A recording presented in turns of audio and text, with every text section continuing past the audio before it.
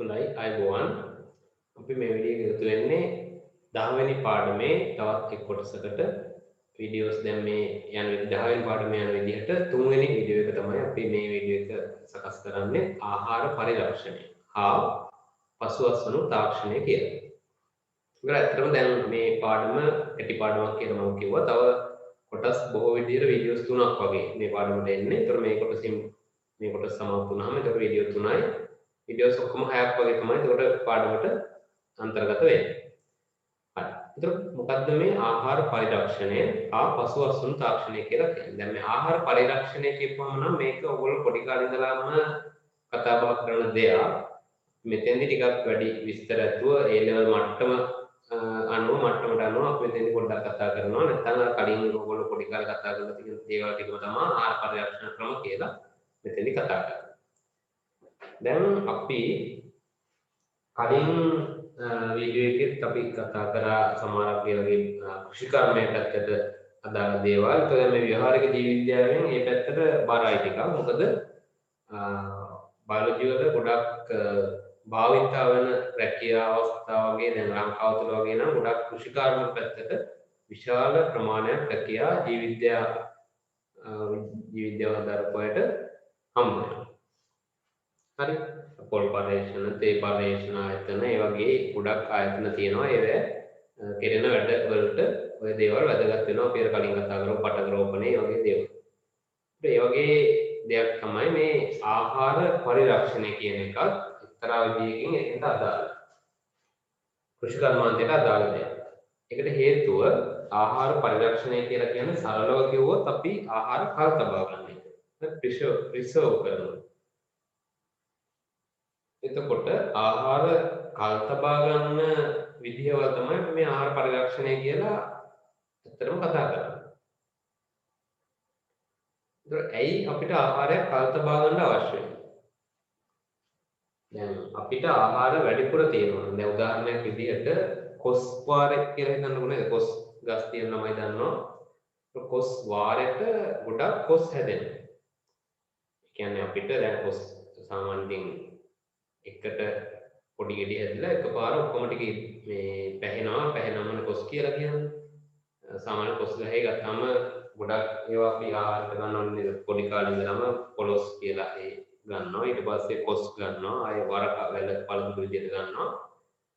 කෙසේ හෝ දැන් කොස් ප්‍රධාන කොටගෙන අපි සැලකුවොත් කොස් එකපාර හැදෙනවා. දැන් කොස් ගෙඩි 100ක් විතර සමහර කාට හොඳ ගහක් නම් නේද? පරණ ගස් වල හැදෙනවා. කොස් ගෙඩි 100කටත් වැඩි සමහර ගස් වල හැදෙනවා. දැන් ඔය කොස් කොහොම අපිට එක වෙලාවෙ කන්න බෑ. මොකද දැන් එකපාරනේ ඒවා කොම් පැහෙන්නේ. ඒතර යනවා සතියකින් සතියක් දෙකක් යනකොට ඒවා පැහිලා ඉදිලත් යනවා කාලයක් යනවා. ඒ නිසා අපිට ඕනම් පුළුවන් මෙහෙම දෙයක් කරන්න. ඒ වෙලාවේ අපි සතියක් විතර යනකම් කඩලා කොස් කනවා. ඊට පස්සේ දැන් තව ඉතුරු ඉන්නේ. ඒවා මොකද වෙන්නේ? ඒවා දැන් තව සතියක් විතර ගියොත් අන්න කොස් ටික ඉදෙනවා. ඉදිලා වරක වෙලා ඊට පස්සේ ආයෙ අපිට ප්‍රයෝජනයක් ගන්න බෑ. එතකොට මොකද අපිට කරන්න පුළුවන් වෙන්නේ? අපි අර කොස් විදිහටම තියෙන වෙලාවේ අපිට දැන් සතියක් විතරනේ කන්න පුළුවන්. සතියක් විතර මේ ඇලෙනකම් කන්න බෑනේ හරි. එතන මොකද කරන්නේ? අපි මේ වැඩිපුර තියෙන කොස් ටික කඩාගෙන ඒක ඊට පස්සේ මොකක් හරි ක්‍රමවේදයක් භාවිත කරලා අපි කල් තියාගන්නවා. ඒකට පැරැන්නෝ කිව්වා අටු කොස් කියලා. හරි. කොස් වලට දුම් ගහලා ඒ වගේ අර වැඩක් කරනවා. එතකොට ඒවා තෙතමනේ වගේ ටිකක් අයින් වෙලා අටු කොස් හැදෙනවා කියලා එහෙම භාවිතයක් ඕගොල්ලෝ පොඩි කාලේ ඉඳලා ඔය කතා කරලා ඇති. ඒක එක්තරා විදිහකින් ආහාර පරිරක්ෂණය. දැන් දැක්ක නේද? එතෙන්දී මොකක්ද උනේ? අපිට කල් තබා ගන්න අවශ්‍ය වුණා. අපි ලබා ගන්න අස්වැන්න අපිට කල් තබා ගන්න අවශ්‍ය වුණා. එතෙන්දී අපිට එතකොට භාවිත කරනවා මේ පරිරක්ෂණ ක්‍රමය. විශේෂයෙන් දැන් සමහරක් වෙලාවට අස්වැන්න ගත්තයින් පස්සේ සමහරක් භෝග වර්ග වල වෙන්න පුළුවන්. ඊළඟට සත්ත්ව අස්වැන්න වෙන්න පුළුවන්. දැන් මෝදු ගිහිල්ලා එකපාර ලොකු මත්ස්‍ය අස්වැන්නක් ගන්නවා. අරගෙන ඒක මේ එකපාර අපිට සමහරක් වෙලාවට විකුණ ගන්න බැරි වෙන්න පුළුවන්. ඒ වගේ අවස්ථාවකදී අපිට පුළුවන් ඕනනම් ඒවා පරිරක්ෂණ ක්‍රමයෙන් භාවිත කරලා කල් තබා ගැනීමේ ක්‍රම භාවිත කරලා මාළු කීපම ටක් ගාලා නරක වෙනවනේ. ඒ නිසා අපිට දැන් අද විකුණ ගන්න බැරි වුණා නම් ටක් ගාලා ඒක දානවා ඊට පස්සේ පරිරක්ෂණ ක්‍රමයේදී. එතකොට නරක වේගන එනකොට දාපුවම ඊට පස්සේ නරක වෙන්නේ ඊට පස්සේ කාලයකට තියාගන්න පුළුවන්. ඒතර ඒවෙන් කරවල සකස් කරන්න පුළුවන්. කරවල විදියට නැත්නම් වෙනත් ලුණු දැමීම ආදිය කරලා දවස් කිහිපයක් තබා ගන්න පුළුවන්. එහෙම දැන් ඔය අම්මලා එමත් ඔයගොල්ලෝ දැකලා ඇති මේ ගෙදරට මාළු ගෙනාපුවම එහෙම සමහර වෙලාවට අර ඒ වෙලාවෙම ක්ෂණිකව යන්න බැරි නම් උදේටම ගෙනල්ලා එන්න බෑනේ. ඉතින් දාන එකට වගේ ගෙනාපුවම යන්නේ නැහැ. සමහර වෙලාවට දවසක් විතර පහු වෙලා යනවා. ඒතර මොකද කරන්නේ? ගොඩක් වෙලාවට ලුණු දාලානේ ලුණු වතුර සකස් කරලා ඒ වතුර එකට දාලා තියෙනවා. ඒක මොකුත් වෙන්නේ නැහැ. ඒවත් එක්තරා විදිහකින් පරිරක්ෂණ ක්‍රමයයි. ගොඩක් වෙලාවට ඒ වගේ අස්වැන්න වැඩි වෙච්ච වෙලාවකදී නේද? ඊට පස්සේ අපිට හිතනවා අපි සමහරක් වෙලාවට කල් තබා ගන්නවා මේවා අපිට ඊළඟ තව ටික කාලයක් ආහාරට ගන්න පුළුවන් කියලා. ඒ උදාහරණයක් විදිහට වී අස්වැන්න ගත්තාම වී වල අපි දන්නවා හැමතිස්සෙම හැමදාම අස්වැන්න උනෙලක් නැහැ. මිරිස් නම් ඒ වගේ ඒවා නම් හැමදාම එළවලු වගේ ඒවා තියෙනවනේ හැමතැනම නේද? ඒවා සැරෙන් සැරේ එහෙම ගොවිපලකුණත් එහෙම කඩනවා. සැරෙන් සැරේ මිරිස් වගාව ඇති කරනවා. ඉතින් ඒවා අර එක කාලයක් එහෙම කියලා නේද? අපිට දැන් මිරිස් කලයක් හිටවලා ඊට පස්සේ එකකින් මිරිස් කරල් හැදෙනවම කඩා ගන්න පුළුවන්. නමුත් වී ගොයන් ඒවල එහෙම නෑ. ඒවා මොකද වෙන්නේ? ඒවා එක්තරා කාලයකට අපි කියන කන්න කියලා නේද? කන්න වගා කරනවා කියනවා. ඒතර ඒ වගේ යල කන්නේ මහ කන්නේ. ඒතකොට ඒ කන්නේට තමයි අස්වැන්න ලැබෙන්නේ. එතනින් පස්සේ ආයෙ නෑ ඊළඟ කන්න වෙනකන් ඉන්න ඕන. ආයෙ අස්වැන්න ගන්න. දැන් සමහර පවුල් වල ගත්තාම වී ඒ කියන්නේ කුඹුරක් වගේ තමයි තියෙනවා නම් එතකොට සමහරක් වෙලාවට එක කන්නේ වගා කරනවා. හරි? එහෙම තියෙනවා. ඒ කියන්නේ මහ කන්නේ හරි යල කන්නේ හරි ගොඩක් වෙලාවට මට කන්නේ හරියට කාලය මතක නැහැ. හරි? දැන් ඔය දෙසැම්බර් ජනවාරි කාලේ එක කන්නයක් වගා කරනවනේ. අස්වැන්න ගන්නවනේ ඒ කාලෙත් ඒ කියන්නේ ඔක්තෝබර් නොවැම්බර් වගා කරලා දෙසැම්බර් ජනවාරි වෙනකොට අස්වැන්න ගන්නවා එක කන්නයක්. ඒ කන්නේ තමයි සාමාන්‍ය ගොඩක් දෙනෙක් වැඩ කරන්නේ. ඊට අමතරව ඒකම සමහරව ඔය අප්‍රේල් වගේ මාසවල වගා කරලා අප්‍රේල් මැයි වෙනකොට ආපහු අස්වැන්න වෙලා ගන්න කන්නේකුත් වැඩ කරනවා. අර එකම වගා කරලා. එතකොට එහෙම සමහරව වගා කරන්නේ අවුරුද්දටම එක කන්නේ වගා කරන්නේ. අන්න ඒ අවුරුද්දටම එක කන්නයක් වගේ වගා කරන අයට දැන් එකපාරක් ගත්තයින් පස්සේ ඊළඟ කන්නේ වෙනකන් ඉන්න ඕනේ. ඊළඟ අස්වැන්න ගන්න. ඉතින් එහෙම ඒගොල්ලෝ මොකද කරන්නේ? ඒගොල්ලෝ අර ලබාගත්තු අස්වැන්නේ තියාගන්නවා. ඒ තියාගන්නකොට ඒගොල්ලන්ට මේ පරිරක්ෂණ ක්‍රමයේද ගොඩක් වැදගත් වෙනවා. හැඳින්වීම ඒකයි. ඒතර මේ පරිරක්ෂණ ක්‍රමයේද මගින් අපිට පුළුවන් ආහාර සුරක්ෂිත කරගන්න, ආරක්ෂා කරගන්න. අපතේ යන ආහාර අයි මේ නේද? ආරක්ෂා කරගන්න. දැන් අපි පළවෙනි පාඩමේ කතා කරනවානේ ආහාර සුරක්ෂිතතාවය. හරි. එතකොට එහෙනම් මම මේ බෝඩ් එකේ දාලා තියෙන්නේ මුලින්ම ආහාර පරිරක්ෂණය යනු කුමක්ද කියලා. આવත් ඒකටත් දාලා අර්ථ දැක්වීම. ඒක අපි බලමු ඉතින් එක ශුද්ධ ජීවීන් මගින් සිදු කරන එහෙම නැත්නම් වේගවත් කරන ආහාර නරක කිරීම. සුද්ධ ජීවීන් මගින් ආහාර නරක කිරීම සිදු කරනවා. ඒ වගේම සමහරක් අය ඉන්නවා ඒක වේගවත් කරනවා. හරි. ආහාර නරක වීම කොහොමත් වෙනවා. ඒ වෙන වැඩේ වේගවත් කරනවා සුද්ධ ජීවීන් මගින්. හරි. ඒකයි ඒ දෙකම කියන්නේ. විශාල වශයෙන් අඩු කිරීම. ඒ කියන්නේ නරක කිරීමේ ක්‍රියාවලිය විශාල වශයෙන් අඩු කරනවා. හරි. හරිද? ඒ කියන්නේ මෙහෙම විශාල වශයෙන් අඩු කරනවා. ටික ටික අඩු කරනව නෙමෙයි. ටික ටික අඩු කරොත් වැඩක් වෙන්නේ නැහැ. මෙහෙම අඩු කරනව නෙමෙයි කියන්නේ එකපාර විශාල වශයෙන් උහුම අඩු කරනවා. නරක කිරීමේ ක්‍රමය වෙනවා. ඒක අඩු කරනවා. ඊට පස්සේ නවතා දැමීම. විශාල වශයෙන් අඩු කිරීම හෝ නවත්තරම දානවා. නවතා දැමීම සඳහා ආහාර පිරියම් කිරීම එහෙම නැත්නම් හැසිරීම. එහෙනම් ඔයගොල්ලෝ කොහොමද අත්දැකීමක් මේ පොයින්ට් තුන ඔළුවේ තියාගෙන අත්දැකීමක් ගලපන්නේ? සුද්ධ ජීවීන් මගින් සිදු නැත්නම් ආහාරවල සුද්ධ ජීවීන් මගින් සිදු කරන හෝ වේගවත් කරන ආහාර නරක වීමේ ක්‍රියාවලිය විශාල වශයෙන් අඩු කිරීම හෝ නවතා දැමීම සඳහා ආහාර පිරියම් කිරීම හෝ හැසිරවීම ආහාර පරිරක්ෂණය නම් වේ. ඒ විදිහ තමයි ඒකේ අත්දැකීම අපි හදාගන්න ඕනේ කරන්නේ. ඒතර මේකෙදි ආහාර පරිරක්ෂණයෙන් අපිට පුළුවන් විශාල ආහාර ප්‍රමාණයක් අපතේ නොයවා ආරක්ෂා කරගන්න. ඒතර දැන් මේසාට ගොඩක් මොහොන දෙයක් වෙන ප්‍රශ්නයක් කියලා විද්‍යාඥයෝ උපකල්පනය කරනවා මේ ආහාර ප්‍රශ්නේ තව ටික කාලයක් යනවා. හරි. ආහාර ප්‍රශ්නේ ගොඩක් ලොකු ප්‍රශ්නයක් දැවෙන ප්‍රශ්නයක් බවට පත් වෙනවා. දැනට අපිට එහෙම ලොකුට දැනුම් නැති වුණා. හරි. දැන් ඔය පෞද්ගලික කාලේ කොරෝනා හැදිච්ච කාලේ ඇත්තටම එහෙම ආහාර වලට ලොකු තරගයක් තිබුණා. මතකද මේ සතුසගා වෙන පෝලිං ඇදිලා මිනිස්සු ගාම මරාගෙන නේද බඩු මරු දෙනවා කියලා ඒවත් නේ එහෙම තිබ්බනේ. ඒතර ඒ වගේ තත්ත්වයක් උඩ අපිට කල්පනා කරන්න වෙනවා අනිවාර්යෙන් ඒ වගේ දැන් සාමාන්‍ය ආහාර නිෂ්පාදනයක් තියෙනවා. තව ඉතින් මේ වගේ මේ ජනගහනය දෙගුණ වෙලා එහෙම වගේ වෙච්ච කාලෙක අනිවාර්යයෙන්ම ආහාර අර්බුදයක් ලෝකෙට එයි. ඉක්මනින් ඒ ආහාර අර්බුදය එයි කියන මත පළ කරලා තියෙනවා විද්‍යාඥයෝ. හරි. ඉතින් ඒ අනුව ඒ ආහාර අර්බුදයට මුහුණ දීම සඳහා ජීව විද්‍යාඥයෙක් විදිහට ඕගොල්ලන්ගේ දායකත්වය තියෙන්න ඕන.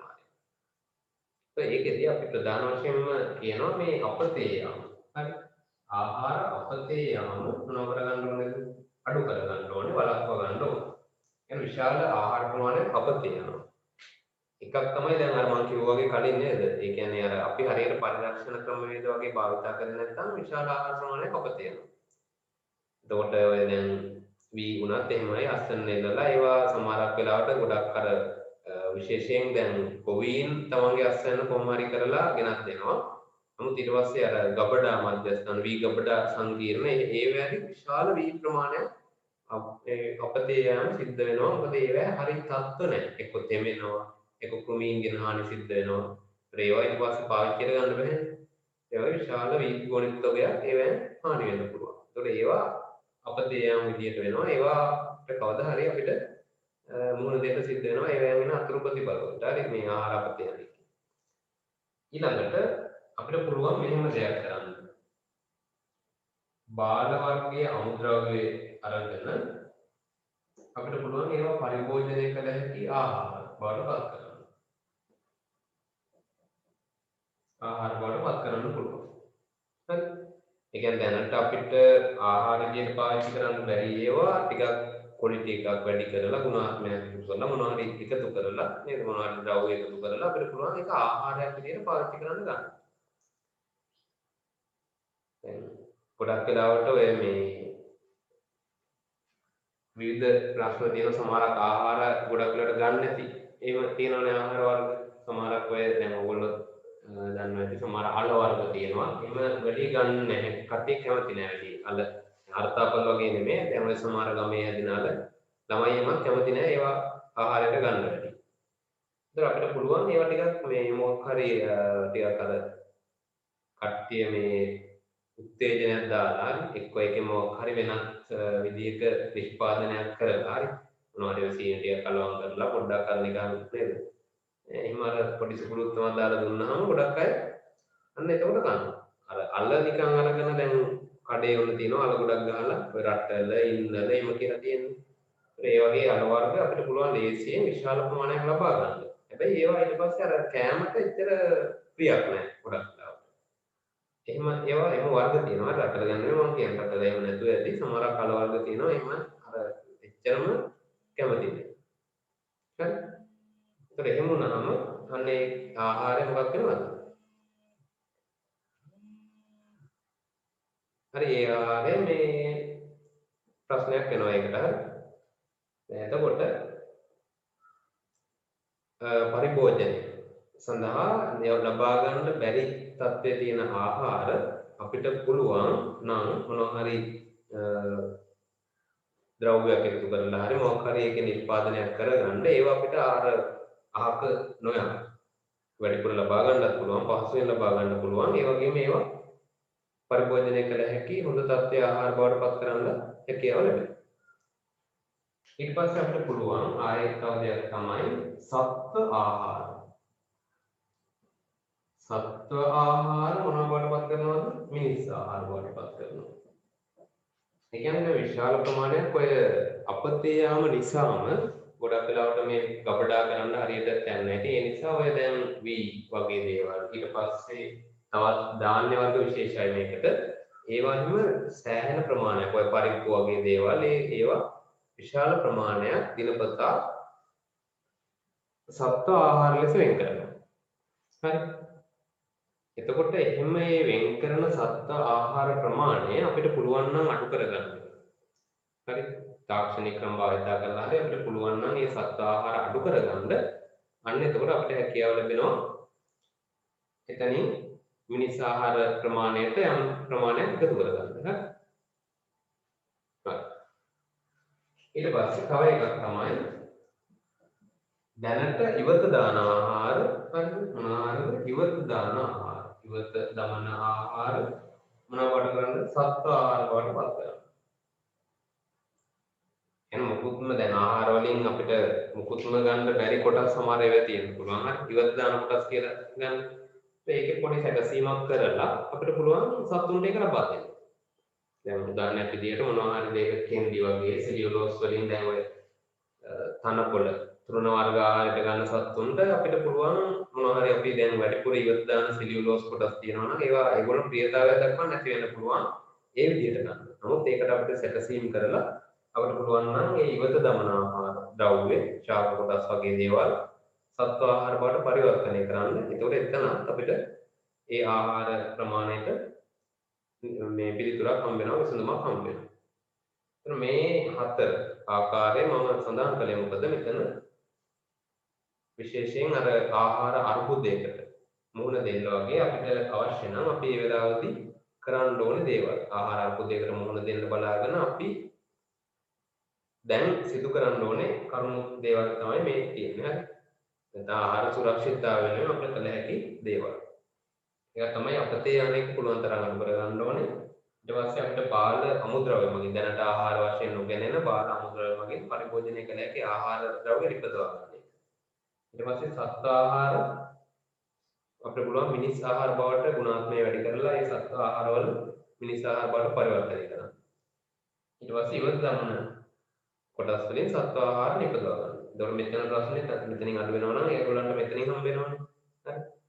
ඒ වගේ දේවල් කරලා අපි පුළුවන් තරම් මේ ආහාර වැඩි කරගන්න ප්‍රයෝජනෙ කරගත්ත හැකි ආහාර ප්‍රමාණය වැඩි කරගන්න උත්සාහ කරන්න ඕනේ. හරි.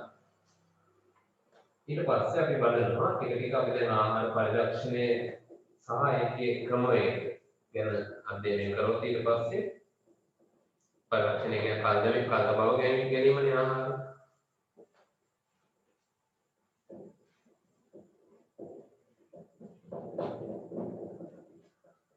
එයම ප්‍රධාන වශයෙන් ආහාර පරිරක්ෂණ ක්‍රමවේද අපිට අවශ්‍ය වෙනවා මෙන්න මේ කියන තැන්වලදී. හරි. එකක් ආහාර පරිහරණය. ඒ කියන්නේ දැන් ආහාර මේ ද්‍රව්‍ය අපි පරිහරණය පාවිච්චි කරන්නේ. ඒ කියන්නේ අපි එක එක දේවල් එක එක කරනවා විකුණනවා මිලදී ගන්නවා ඊට පස්සේ ගෙදර ගෙනල්ලා ඒවා පවතින්නේ කොහොමද තියාගන්න කොහොමද ඒ පාවිච්චි කිරීම පරිහරණය. ඊට පස්සේ ප්‍රවාහණය. ඒකත් කරනවා දැන් අපේ ලංකාව තුළ ගත්තොත් නම් නෝරෙලී පැත්තේ වගේ සමහරක් ඔය කැරට් ලීක්ස් වගේ ඒවා නෝරෙලී පැත්තේ හැදෙනවා. ඒවා නෝරෙලී ඉඳලා කොළඹට ගේන්න ඕනේ. ඒක ප්‍රවාහණය. ඊළඟට ගබඩා කිරීම. මෙන්න මේ තැන්වල තමයි අපිට ආහාර පරිරක්ෂණය ගොඩක් වෙලාවට උපකාර වෙන්නේ. මේ තැන්වලදී ගොඩක් ආහාර අපතේ යම සිද්ධ වෙනවා. පරිහරණය කරද්දී අපතේ යන යම් කොටසක්, ප්‍රවාහණය කරද්දී කොටසක් අපතේ යනවා, ගබඩා කරද්දී සෑහෙන ප්‍රමාණයක් අපතේ යනවා.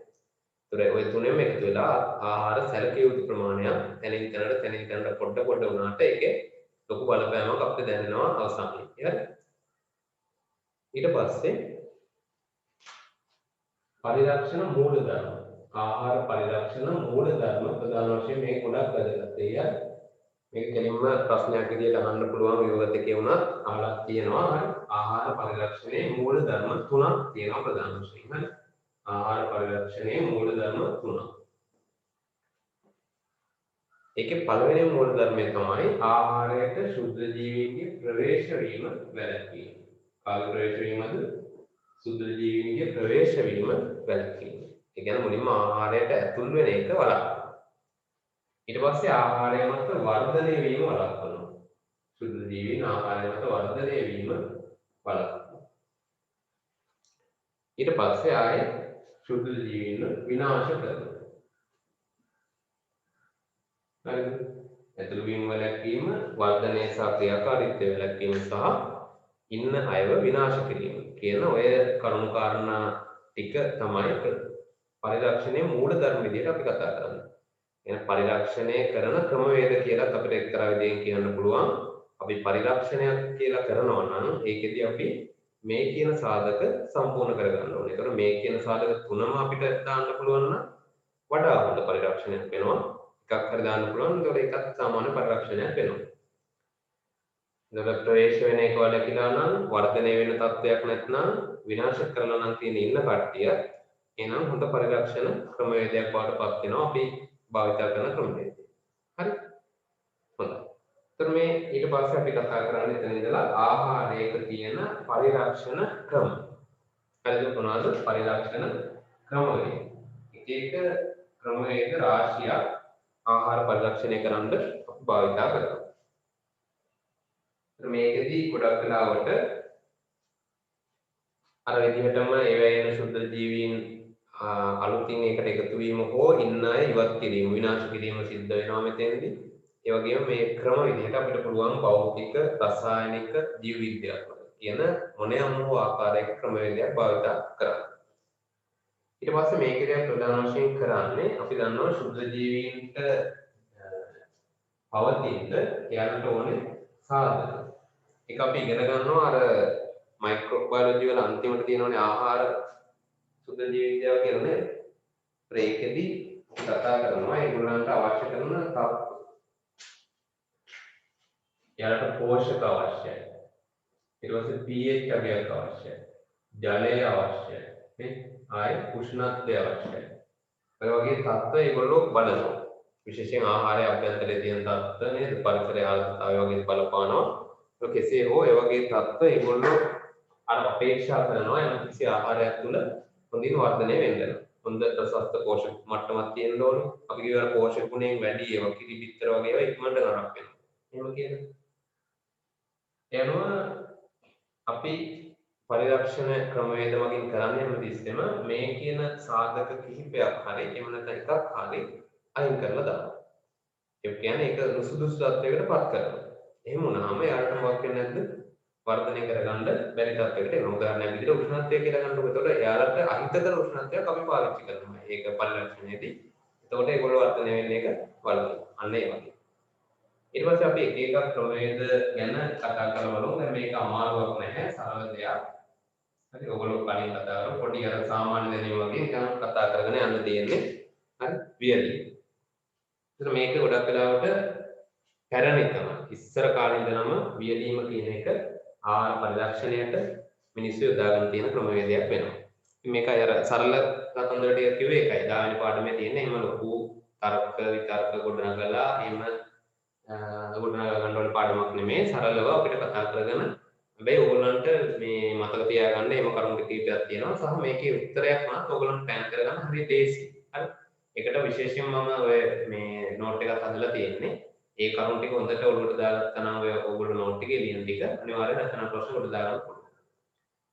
එතකොට පළවෙනි එක වියලීම. ඉතින් වියලීම කිව්වහම සරල දෙයක් නේද? විශේෂයෙන් සූර්යාලෝකය.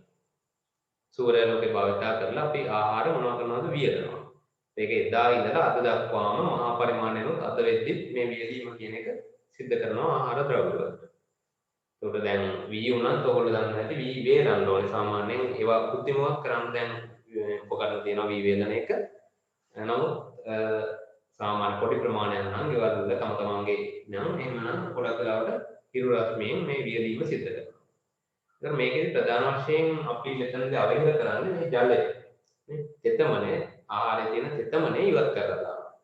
දැන් අර මම කලින් කිව්ව අටුකොස් කියලා ඒවත් වේලනවා. හරි. ඊට පස්සේ මේ දැන් ඔය සමහරක් අය පිටි ලබා ගන්නවා. දැන් මඤ්ඤොක්ක පිටි කියන්නේ. මඤ්ඤොක්ක පිටි ගන්න කිලින්ම අලේ ගිහිල්ලා කොටන්නේ නැහැ. හරි. ඒක වේලන්න ඕන හොඳට. හරි. අල හොඳට තීරුවයි කපලා වේලලා තමයි ඊට පස්සේ කොටන්නේ. ඒක හොඳ වියලි තත්ත්වයක් එතෙන්දී බලාපොරොත්තු වෙනවා ඒ අදාළ වන භෝග වර්ගයකට ගත්තා. ඒතර වියලීමෙන් ජලය ඉවත් කිරීම සිද්ධ වෙනවා. ඒතර ඒකෙන් මූලධර්ම වලින් මොකද්ද වෙන්නේ? ඒතර ප්‍රධාන වශයෙන් ජලය අහිමි තත්ත්වයක් යටතේ ජලය අඩු තත්ත්වයක් යටතේ සුද්ධ ජීවීන් වර්ධනය වීම, ඇතුළු වීම, හරි සහ ඉන්න කට්ටිය විනාශ වීම කියන හැම දෙයක්ම මූලධර්ම එතනින් සම්පූර්ණ වෙනවා. හරි. දැන් මේකෙන් සෑහෙන කාලයක් තියාගන්න පුළුවන්. හරි ශාක ද්‍රව්‍ය වෙන්න පුළුවන්, සත්ත්ව ද්‍රව්‍ය වෙන්න පුළුවන්. හරි සමහරක් ඒවා සති කීපයක්, දවස් කීපයක්, මාස කීපයක්, අවුරුදු කීපයක් සමහර වෙලාවට. දැන් වී වගේ ගත්තාම සමහර වෙලාවට සෑහෙන කාලයක් හොඳට වේලා ගත්තොත් සෑහෙන කාලයක් මොකද තාපදාවක් නැතුව තියෙනවා අපි ගබඩා කරන තත්ත්වත් අනුව. හරි. ගබඩා කරන්න දැන් හොඳට වේලලා ඉවරලා කොහේ හරි අස්සක ගාලා තියෙනවා. ඊට පස්සේ ආයෙ සකස් කරනවා. එතන තෙමිලා V1 මෙව වෙනවා. එහෙම නැතුව හොඳට ඒක අසුරලා හරි ඔය ඉස්සර කාලේ V පෙට්ටි කියලා තියෙනවා. ඒවැය දාලා එහෙම තිබ්බහම මේ ප්‍රශ්න වෙන්නේ සෑහෙන කාලයක් තියාගන්න පුළුවන්. ඒතර එහෙම වියදීමෙන් පරිරක්ෂණය කරන ආහාර වර්ග විදිහට ප්‍රධාන වශයෙන් ධාන්‍ය වර්ග එනවා. හරි. තිරිඟු, ඉරිඟු, සාල ඒ වගේ දේවල්. ඊට පස්සේ සත්ව ආහාර වලින් හැම් කියලා තියෙනවා. හැම්. ඔය හැම් බේකන් කියලා තියෙන ආහාර වර්ගයක් අහලා තියෙනවද දන්නේ නැහැ. හැම් කියලා හදනවා. ඒක මස් වලින් හදන්නේ. හරි. හැම් කියන එක මස් සහිත. ඒ කියන්නේ සත්ව මාංශ වියදීමෙන් තමයි ඔය හැම් කියන ආහාරය සකස් කරගන්නේ. ඒකෙදි කරන්නේ ගොඩක් වෙලාවට මේ මස් කුට්ටියක් වගේ අරගෙන මේක පෙති වලට කපලා වියදීම සිද්ධ කරනවා. වියදීම කියන්නේ ඒක ජලය සම්පූර්ණයෙන් ඉවත් කරන විදිහට ඒක මස් පෙති වියදීමක් ඇත්තට මෙතන සිද්ධ කරන්නේ. ඒකට විශේෂ නමක් තියෙන හැම් කියලා. ඒක ඔයගොල්ලෝ පොතේ තියෙනවා ගැටලුව අපේ කියනවා මම කිව්වා. ඊළඟ දෙවෙනි ක්‍රමයේ විදිහට අපිට ගන්න පුළුවන්. හරි. තාපේ නේ රත් කිරීම.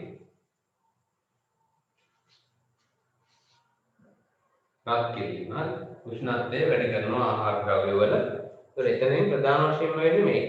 විනාශ වීම. ඉන්න සුදු ජීවීන් සම්පූර්ණයෙන් විනාශ වෙලා යනවා. ගොඩක් වෙලාවට ජලයේ එහෙම දිය කරන්නේ නේ. ජලයේ තාපාංකයට ආසන්නව එයා රත් කිරීම සිද්ධ කරනවා. ඊට අමතරව දැන්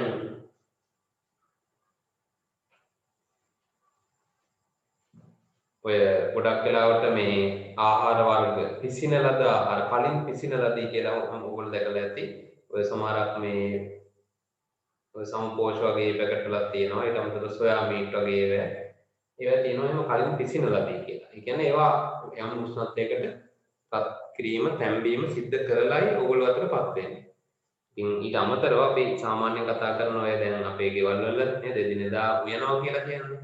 ඒකත් එක්තරා විදිහකින් රත් කිරීමක් තමයි. එතෙන්දී ගොඩක් ආහාරයේ තියෙන විසුද්ධ ජීවීන් ඒ වගේ අයින් වෙලා යනවා. ඒකයි කියන්නේ සාමාන්‍යයෙන් අර හොඳට ඒවා මේ දැන් මස් එහෙම ඒ ප්‍රශ්න ගොඩක් තියෙනවා. මස් එහෙම ඔය පිටරටවල වල ගොඩක් තම්බල කන. හරි තම්බක් මස් භාවිතය ගොඩක් තියෙනවා. ඒ කියන්නේ අර එම කර වේලේ අපේ නම් එහෙම මස් කන්නේ ගොඩක් වෙලාවට අර මේ දෙතුන් පාර රත් කරලා ඒ ටෙම්පරාදු කරනවා කියලා කළු වෙලා නේද එහෙමනේ කන්නේ. නමුත් දැන් පිටරටවල එහෙම නෙමෙයි. එයාලා තම්බක මස් කනවා. ඒ තම්බක මස් කපුවම තමයි ගොඩක් වෙලාවට මේ පණු රෝග විශේෂයෙන් අර උරු මස් පටිපනවා ටීනියාගේම ව්‍යාප්තිය ගොඩක් තියෙන්නේ ඒ රටවල.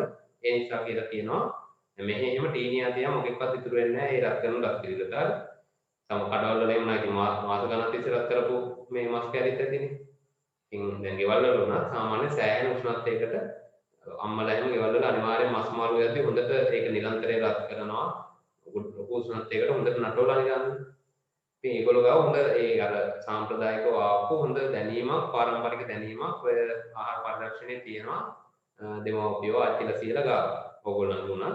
ඒ නිසා ඒගොල්ලෝගෙන් මේ දේවල් ලබා ගන්න පරම්පරාවට ඉනම් පරම්පරාවට විශේෂයෙන් අර ළමයි පිළි ළමයි කියලා ભેදයක් නැහැ. උයන්න පුළුවන් වෙන්න ඕනේ නේද? කෑම හදන්න පුළුවන් වෙන්න ඕනේ. ඒතකොට ඒක Tamanට හරි තනියෙන් කරගෙන කාලා බිලා ඉන්න හරි පුළුවන් අඩුම ගන්න. ඉතින් මේ දෙමව්පියෝ එක්ක වැඩිහිටියෝ එක්ක මේ දේවල් බෙදා හදා ගන්න මේ සාම්ප්‍රදායික ක්‍රමයේද ගොඩක් වටිනවා. රස කෑම ගොඩක් තියෙනවා. ඒවා ඔයගොල්ලන්ට ගොඩක් මගහැරිලා ඇති. මගහැරිලා යයි. මොකද ඒගොල්ලෝ අපායට යනවත් එක්කම ඒවා නැතිලා යනවා. දෙන්න දෙන්න එපා. ඊට පස්සේ තව අපි ඉගෙන ගන්න ක්‍රමයක් තමයි පැස්ටරීකරණය. පැස්ටරීකරණය.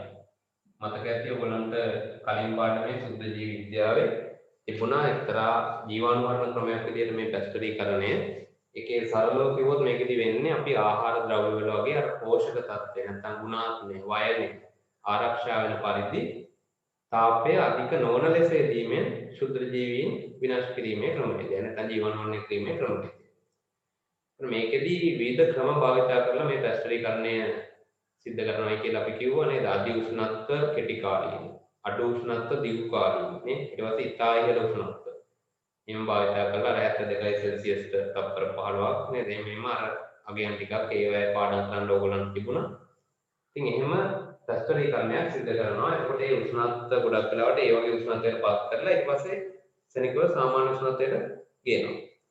එහෙම වුණාම මොකද වෙන්නේ? අර මේ අධික උෂ්ණත්වයත් ඒ වගේ මේ උෂ්ණත්ව වෙනසත් එක්කලා ශීඝ්‍රයෙන් සුද්ධ ජීවීන් විනාශ වීම එතෙන්දී සිද්ධ වෙනවා පැස්ටරීකරණය. ගොඩක් වෙලාවට කිරි වයින් වගේ ඒවා තමයි පැස්ටරීකරණය වෙන්නේ. ඊළඟ එක තමයි ශීත කිරීම. ඒකදී ශීත කිරීම එහෙම නැත්නම් අධි ශීත කිරීම. මේ දෙකම ගන්න පුළුවන් හරි. ඒකදී ගොඩක් වෙලාවට මේ අධි ශීත කරනවා කියලා කියන්නේ උෂ්ණත්වය එක පොඩ්ඩක් ඕගොල්ලෝ මතකයේ තියාගන්න ඕනේ. ඍණ 18ක් සෙල්සියස් ඉඳලා ඍණ 30ක් සෙල්සියස් වගේ වෙනවා. මේක තමයි ගොඩක් වෙලාවට මස් ඒ කියන්නේ ඩීප් ෆ්‍රීසර් කියලා කියන්නේ ඔය මේ විශේෂයෙන් මස් කඩවල වල එම ඊළඟට මේ මස් ඇසුරුම් නිෂ්පාදනාගාරවල මෙච්චර උෂ්ණත්වයකට තියෙන ශීතාගාර එහෙම නැත්නම් ඒ උපකරණ හරි ඒවා තමයි මස් මාළු වගේ දේවල් කපඩා කරන්නේ. ගොඩක් වෙලාවට දැන් ඔය මූදේ ගොඩක් වෙලාවට ඔය හොඳ අස්සනක් මාත්ස්ක අස්සනක් දැන් නිකන් ඔය ලංකාවේ එහෙම නෙමෙයි. නමුත් දැන් පිටරටවල නෙමෙයි හොඳ ඉහළ ගුණාත්මක භාවයෙන් යුක්ත මාළු අස්සනක් ලබා ගන්නකොට එහෙම මූද මැදට ගිහිල්ලා මාළු ටික අල්ලගෙන එනකොට දවස් ගාණක් යනවානේ මේ ගොඩබිමට එනකොට. ඒ වෙද්දි මාළු ටික ඔක්කොම නරක වෙලා අපි හරියට ඒවා පරිරක්ෂණය කළේ නැත්නම්. ඒ නිසා මේ නැව්වල බෝට්ටු වල විශාල බෝට්ටු ඔය කියන්නේ මේ බහුදින දීවර යාත්‍රා කියලා ලංකාවේ ඊට වඩා ගොඩක් දියුණු තාක්ෂණ ක්‍රමයක තියෙන බෝට්ටු තියෙනවා මාළු වල හරි. එතකොට මේ යාත්‍රාවල තියෙනවා මේ වගේ ශීතකරණ අධි ශීතකරණ ඒවට තමයි ඒකට අර අල්ලන මාළු දාගන්නේ. ඒවා ගොඩක් දියුණු තාක්ෂණ භාවිත කරලා කරන ක්‍රමයක දැන් මෙහි වුණ මස් මාළු භාවිත කරන කර්මාන්තශාලාවක වෙන්න පුළුවන්. ඒ වගේ ඒවාදී මේ උෂ්ණත්වයකටවත් ඒවා කප්ඩා කරලා තියන්න ඕනේ. නැත්නම් වැඩි කාලයක් තියාගන්න බෑ. හරි. ශීතාගාර කියලා කියනවා. ඒ ශීතාගාරවල මේ වගේ උෂ්ණත්වයක තමයි මේ මස් මාළු කුට්ටි පිටින් තියෙන්නේ. ඊට පස්සේ සාමාන්‍යයෙන් ශීත කිරීමක් අපිත් කරනවනේ ගෙවල් වල කොහොමද ශීතකරණය භාවිතයෙන් ශීතකරණයේ උෂ්ණත්වය සාමාන්‍යයෙන් ලොකු අඩු උෂ්ණත්වයක් නෙමෙයි සෙල්සියස් 4 වගේ ප්‍රමාණයක්. හරි සෙල්සියස් 4 6 වගේ උෂ්ණත්වයක තමයි අපි පාවිච්චි කරන ශීතකරණය සාමාන්‍ය උෂ්ණත්වයේදී. ඒක ලොකු මේ තද උෂ්ණත්ව අඩුවීමක් ශීතකරණය වෙන්නේ නැහැ. මේකෙදි ප්‍රධාන වශයෙන්ම ශුද්ධ ජීවීන්ගේ ක්‍රියාකාරීත්වය වළක්වන විනාශ වීමක් වෙන්නේ නැහැ ශීතකරණයේදී. මේ උෂ්ණත්වයේදී විනාශ වෙනවා.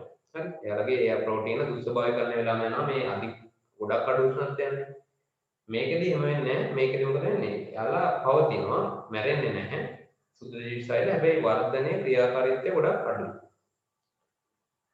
හැබැයි ශීතකරණය එළියට ගත්ත ගමන්ම ශීඝ්‍රව අර්ගොල්ල ක්‍රියාත්මක වෙලා නරක වීම ඉතා ශීඝ්‍රව සිද්ධ වෙනවා. ඒ නිසා ශීතකරණය තියලා ඊට පස්සේ කන එකයි තියෙන්නේ.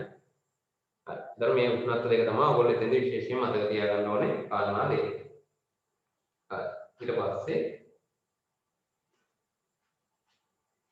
ඒකද කියනවා දින මෙච්චර ප්‍රමාණයක් හරි අඩු කිරීම වගේ ආහාර කෙටි කාලයක් දින 10ක් 14ක් වගේ ප්‍රමාණයක් මේ වැඩි කපඩා ගන්න පුළුවන්. දැන් ඔයගොල්ලෝ දැකලත් ඇති ශීතකරණයක් තුල උනත් බිත්තර ඊට පස්සේ කිරි වර්ග ඊළඟට මාළු මස් වගේ තියෙනවා නම් ඒවා දිගින් දිගටම තියන්න බෑ අපිට. යම් කිසි කාලයකදී ශීතකරණය තුලම ඒවා නරක වෙනවා. ඒකෙන් අපිට පැහැදිලි යම් අපිට අඩු කරන්න විතරයි පුළුවන් ක්‍රියාකාරීත්වයේ සුද්ධ ජීවීන්ගේ. නමුත් යම් ක්‍රියාකාරීත්වයක් ඒගොල්ලෝ පෙන්වන්න කරනවා. හරිද? මේ උෂ්ණත්වයේදී අපිට පුළුවන් සෑහෙන කාලයක් ඒවා ශීත තත්ත්වයකට තියාගන්න. ඊට පස්සේ දැන් මොකද අපි හතරක් කතා කරා ඊළඟට ලුණු දැමීම. ලුණු දැමීම. මේකේ ප්‍රධාන වශයෙන් කරන්නේ ලුණු ද්‍රාවණයකට අපිට ආහාර අපි පරීක්ෂණය කළ යුතු ආහාරය දානවා ලුණු ද්‍රාවණයකට. එතන මොකද වෙන්නේ ප්‍රධාන වශයෙන්?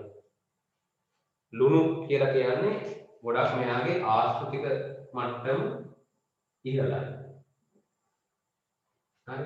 එතකොට අර ජලය උරා ගැනීමේ හැකියාවක් මේ ලුණු වලට තියෙනවා. ලුණු වතුර දාපු ගමන් මොකද වෙන්නේ? ඒ ලුණු වලට අර ජල ඒ ආහාරයේ තියෙන යම් කිසි තෙතමන ප්‍රමාණයක් ඒ තෙතමන ප්‍රමාණය ඔක්කොම යනවා ලුණු වලට. ඒ ගිහිල්ලා ආහාරය තුල මේ ජල තෙතමන ප්‍රමාණය ගොඩක් තෙතමන ප්‍රමාණය අඩු වෙනවා. තෙතමන ප්‍රමාණය අඩු වෙනවත් එක්කම එතකොට ආහාරය තුල සුද්ධ ජීවීන්ගේ ක්‍රියාකාරීත්වය යාලගේ ඝන ආවාස වීම ඒ ඔක්කොම අඩු වෙලා ගිහිල්ලා ආහාරය පරිරක්ෂණය වීමක් එතෙන්දී සිද්ධ වෙනවා.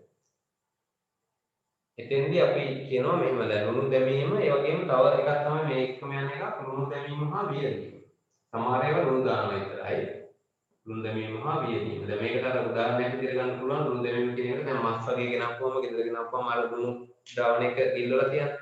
ඒක ගොඩක් වෙලාවට ඒකෙදි වෙන්නේ අර මස් වල තියෙන මේ ඇතුලේ අභ්‍යන්තරයේ තියෙන ජලය ගොඩක් දුරට ඉවතට එනවා. ලුණු ද්‍රාවණයක ඉල්ලලා තිබ්බම.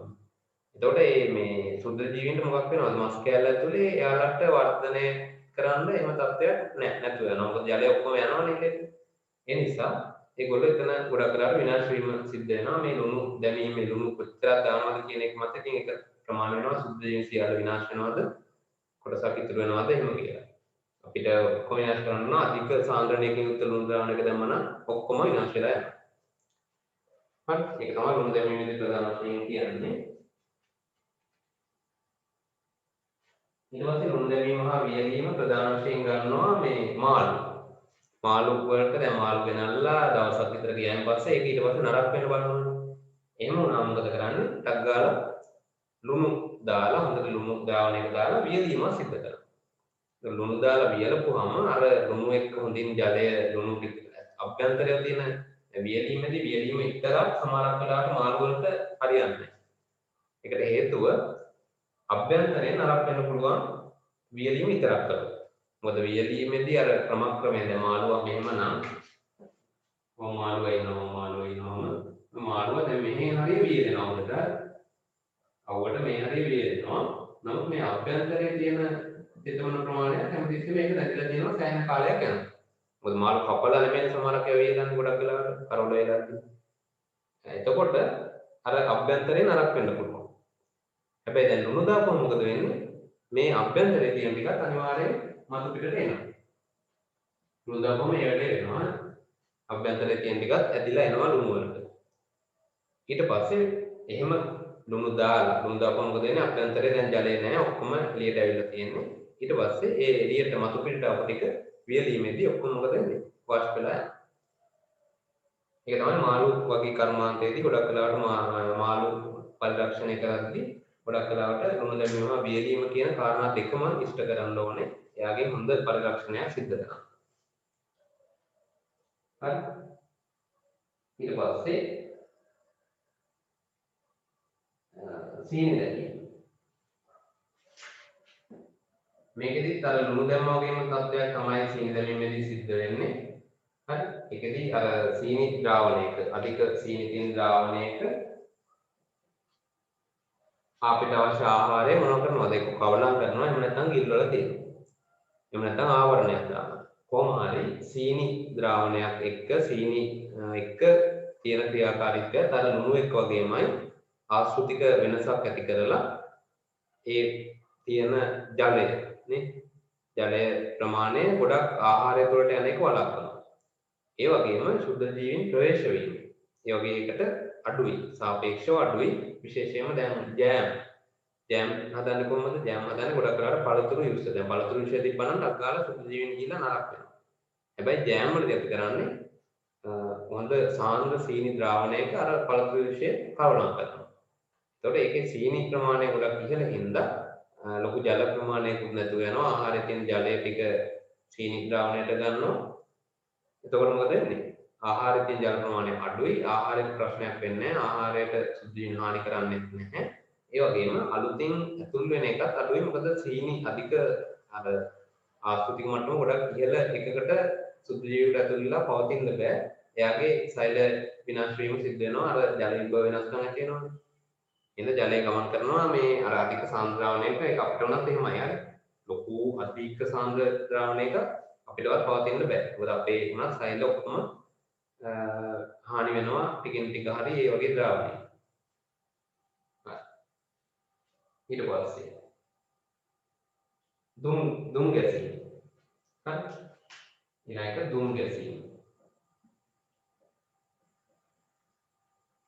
මේකත් හොඳ ක්‍රමවේදයක් පරිරක්ෂණ ක්‍රමවේද වලින් මොකද මේකේ ප්‍රධාන වශයෙන් වෙන්නේ එකක් අර මේකේ කීපයක් වෙනවා දුම් ගැසීමේදී හරි එකක් විතරක් නෙමෙයි කීපයක් වෙනවා මේ දුම් ගැසීමේදී එකක් ආහාරයේ උෂ්ණත්වය වැඩි වෙනවා හරි දුමෙන් උෂ්ණත්වය වැඩි වෙනවා ආය දුම් වල තියෙනවා විවිධ ශුද්ධ ජීවි නාශක ද්‍රව්‍ය මොනවද තියෙන දුම් වල තියෙනවා ශුද්ධ ජීවි නාශක විවිධ ද්‍රව්‍ය සංඝටක රසායනික සංඝටකන දැන් මොකක් හරි පිළිස්සීමෙන් තමයි දුමාරයක් හටගන්නේ ඒ අර පිළිස්සන ද්‍රව්‍යයේ විවිධ තියෙන සංඝටක නිසා ඒ සංඝටක ගොඩක් වෙලාවට හානි කරනවා ශුද්ධ ජීවීන්ට ඒවා ශුද්ධ ජීවීන් ගැටීමෙන් ඒ ශුද්ධ ජීවීන් නාශ වෙනවීමක් සිද්ධ වෙනවා එක්තරා පැත්තකින් දුම් ගැසීම. හරි. ඒ වගේම ඒකෙදි අපි කියනවා සමහර සුවඳ කාරක තත්ත්ව මේකෙදි ඇති වෙනවා ආහාරයට ඒ වගේම ස්මෝකිනස් මෙන්න මෙහෙම එකක් හට ගන්නවා ස්මෝකිනස් කියලා කියන්නේ ඒ කියන්නේ දුම් ගැසූ තත්ත්වය දුමාරයේ තියෙන තත්ත්වය මේ ආහාරයට ලැබෙනවා පොඩි අමුතු ගතියක් හරි අමුතු ක්වොලිටි එකක් දුම් ගැසීමකින් ආහාරයට හට ගන්නවා කියන එක තමයි මේ ස්මෝකිනස් එක හට ගන්නවා ප්‍රධාන වශයෙන් මාළු මස් වල ආදී හරි ඒක මාළු මස් වල වගේ තමයි ගොඩක් වෙලාවට දුම් ගැසීම සිද්ධ කරන්නේ හරි ඊළඟට රසායන ද්‍රව්‍ය විවිධ රසායන ද්‍රව්‍ය යෙදීම ඒක සාමාන්‍යයෙන් වර්තමානයේදී ගොඩක් භාවිත වෙන එක නේ ඔය කල්තබා ගැනීමේ ද්‍රව්‍ය එහෙම කියන ප්‍රිසර්වේටිව්ස් කියලා මොනවද තියෙන්නේ කේක් පෙට්ටියකම බලවම තියෙන ප්‍රිසර්වේටිව්ස් කියලා ඒ කල්තබා ගැනීමේ ද්‍රව්‍ය රසායනික ද්‍රව්‍ය කිමිකල්ස් දානවා ඉතින් ඒවා ගොඩක් වෙලාවට ඉතල හොඳ දේවල් නෙමෙයි හරි එහෙම දාන ඒවා සෝඩියම් බෙන්සෝයේට් PDPA ඇසිටික් අම්ලය අපි කිය කාබනික අම්ලයෙන් නිෂ්පාදනය කියලා සුදු ජීවීන් වගේ කර්මාන්තවලදී ඒ වගේ ඒවත් මෙතෙන්දී යොදා ගන්නවා ආහාර කල්තබා ගැනීමේ ක්‍රමවේද විදිහට ඒවා ලොකුට බලපෑමක් නැහැ නමුත් රසායනික කාබනික රසායනික සංයෝග ශරීරයට හිතකර තත්ත්ව ඇති කරනවා ඔය දේවල් ටික තමයි ඊට පස්සේ අවසානයේදී විකිරණ UV වගේ විකිරණ භාවිතා කරලා අපිට පුළුවන් ආහාර පරිරක්ෂණය කරන්න ඒකේ ප්‍රධාන වශයෙන් භාවිතා වෙන්නේ මෙන්න මේ මූලධර්මයේ සුදු ජීවීන් විනාශ වීම ආහාරයේ තියෙන සුදු ජීවීන් විනාශ වීම UV කිරණ, ගැමා කිරණ, X කිරණ ඒ ඕන එක පාවිච්චි කරන්න පුළුවන්. හරි. එතෙන්දී කෙටි කාලයක විකිරණ ශක්තිය නිරාවරණය කරලා ආහාරය තුළ තියෙන සුදු ජීවීන් සියල්ලම පාහේ විනාශ කිරීම සිද්ධ කරනවා. ප්‍රධාන වශයෙන් මෙතෙන්දී කරන්නේ කොහොමද විනාශ කිරීම සිද්ධ කරන්නේ? සුදු ජීවීන්ගේ තියෙන ප්‍රවේණික ද්‍රව්‍ය වලට බලපෑම ඇති කරනවා. ඒක අපි කතා වුණා සුදු ජීවි විද්‍යාවේ නේ. හරි. දර ඔතනින් ඉවර වෙනවා ආහාර පරිරක්ෂණය. පළවෙනි මාතෘකාව එතනින් හරි. ආහාර පරිරක්ෂණය හරි. ඊළඟට අපිට යන්න තියෙන්නේ පසුවස්සනු තාක්ෂණය කියන කොට. මේකත් අපි කතා කරමු. ඒකේ ලොකු විස්තරයක් නැහැ. මේ වගේ පොඩි දේවල් ටිකක් අපිට කතා කරන්න තියෙන්නේ. පසුවස්සනු හානිය. දැන් ඒක මොකක්ද පසුවස්සනු හානිය කියන්නේ කියලා ඔයගලන්ට යම්කිසි අවබෝධයක් ඇති.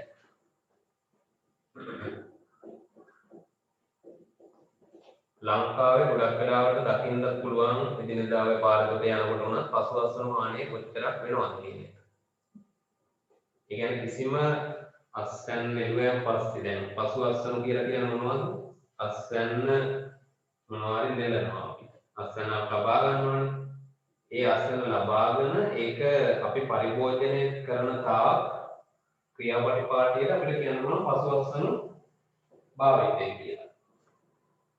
අස්වැන්නේ පස්සේ. එතන මේ පසුවස්සනු හානිය කියලා කියන්නේ ඒ අතරතුර. හරි? ගොවියා ආහාර අස්වැන්න නෙලනවා ඒ එකම එතන ඉඳලා අපි පරිභෝජනයට ගන්නකම්ම ආහාර වලට සිදුවන හානි තමයි එතන දැන් ගොවියා ඒක අස්වැන්න නෙලන වෙලාවේ ඉඳලම ඔය තත්ත්වය එනවා. හරි? එතෙන්දී වෙන හානිදායක තත්ත්ව ආහාරයට ඩැමේජ් වෙනවා නම් ඒවත් පසුවස්සනු හානි තමයි. ඒතර එතන ඉඳලා ඊට පස්සේ සමහර කලක් ප්‍රවාහණය කරනවා මම කලින් කිව්වේ දැන් නූරෙලිය වගා කරපු එකක් මෙහෙට ගේන්න ඕනේ. ඒතර ඒ ගේනෙද්දී විශාල වශයෙන් නේද ගෝණි වලට දාලා සිමාර පිළිවෙලක් නැතුව එහෙමනේ ගේන්නේ ට්‍රාන්ස්පෝර්ට් කරද්දී. ඊට පස්සේ තවනම් මිනිස්සු දෙන්නෙකුත් ඒක උඩ බුදි එනකොට නේද? ඒතර එහෙම මේ කඳු පල්ලම් වල තෙරපි නිකන් තැලිලා පොඩි වෙලා සමහර කලකට සෑහෙන ප්‍රමාණයක් බානකොට ආහාර මේ ඒ ආහාර ද්‍රව්‍ය හරි මොනවා හරි භෝගයේ සෑහෙන ප්‍රමාණයක් එතනම විනාශ වෙනවා. ඒතකොට මේ බාන අවස්ථාවේ සමහර කලකට පේන්නේ නැහැ. හැබැයි වෙළඳ පොළට ගිහිල්ලා දවස් දෙකක් යනකොට විශාල ප්‍රමාණයක් නරක වෙලා යනවා. ඒකට හේතුව අර නිසි ක්‍රමවේද වලින් ඒක ප්‍රවාහණය නොකිරීම. ඉතින් යනවා ඒක හැම පැත්තකින්ම අපිට පාඩුදායකයි ලාභදායක වෙනවා. හරි. ඒතකොට මේකෙදි ප්‍රධාන වශයෙන් පසුවස්සන හානි කියන්නේ දේ. ඒකෙදි අපිට ප්‍රධාන වශයෙන් වැදගත් වෙනවා නිෂ්පාදනයේ ගුණාත්මක භාවය. හරි. නිෂ්පාදනයේ ගුණාත්මක බව. නිෂ්පාදනයේ ගුණාත්මය කියන එක ප්‍රධාන වශයෙන් රඳාපවතිනවා සාධක දෙකක්.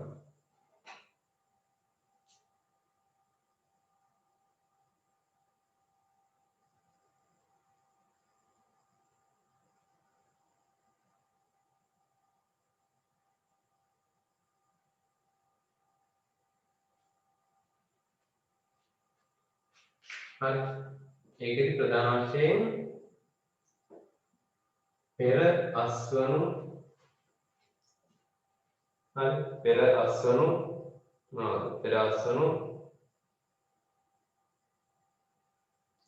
සාධක අපෝ පසු අස්වනු සාධක.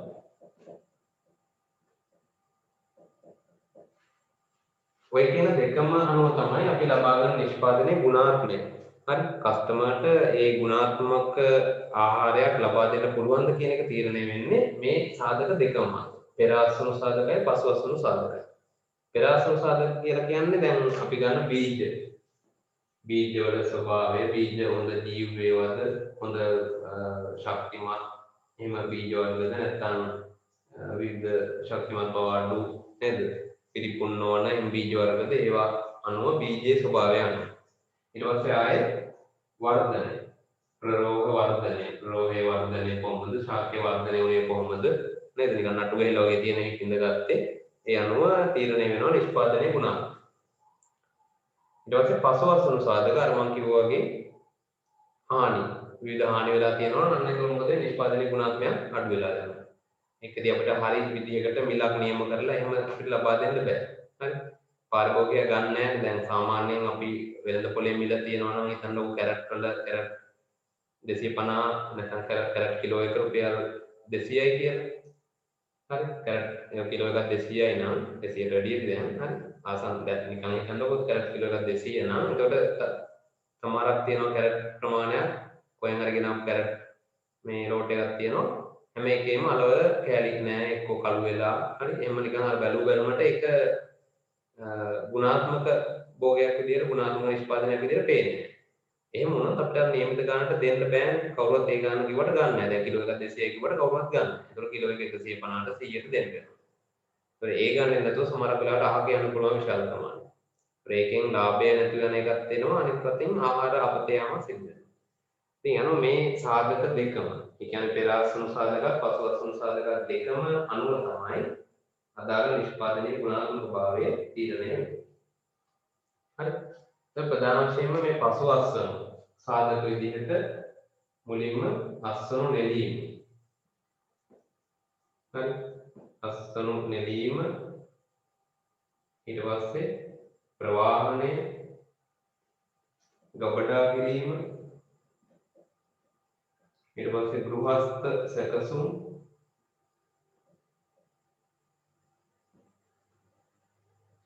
ඊට පස්සේ පරිහරණය මෙහෙම එක මට්ටම් වලින් අපිට මේක එනවනේ ගැලීම් සටහනක් විදියට නේද? ප්‍රවාහණය කිව්වම සමහරක් වෙලාවට එතනින් මෙතෙන්ට මෙතනින් මෙතෙන්ට සමහරක් ඒවා දැන් නුවරඑළිය ඉඳලා කොළඹටම තනි වාහනයක් ගේනවනේ මේ.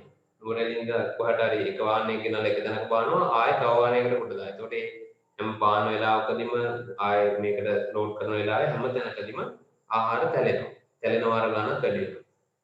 මේක ඒ නිසා සෑහෙන ප්‍රමාණයක් ඒ අනුව ලොකු අස්වනු හානියක් සිද්ධ වෙනවා. ඉතින් ඒක අඩු කරගන්න අපි ක්‍රියාමාර්ග ගන්න ඕනේ. එහෙම ගත්තොත් සෑහෙන ආහාරයක් අපිට ඉතුරු කරගන්න පුළුවන් වෙනවා. හරි. එතකොට ගබඩා කිරීමේදී ගෘහස්ත සැකසුමේ හැම තැනකදීම හානි ඇති වෙන්න පුළුවන්. ඒකට තමයි අපි කියන්නේ පසු අස්වනු හානි කියලා. මේකදී වෙන්න පුළුවන් හානි. දැන් මේ හානි වෙන ස්ථානනේ. ඒතර හානි වෙන්න පුළුවන් හානි මොනවද? එකක් ස්කන්ධ හානි වීම. අපහු ගුණාත්මක පෝෂණ තත්ත්ව හරි පෝෂණීය බව. ඊට පස්සේ බීජ ජීවිතාවය ආර්ථික නැත්නම් වාණිජමය හානිය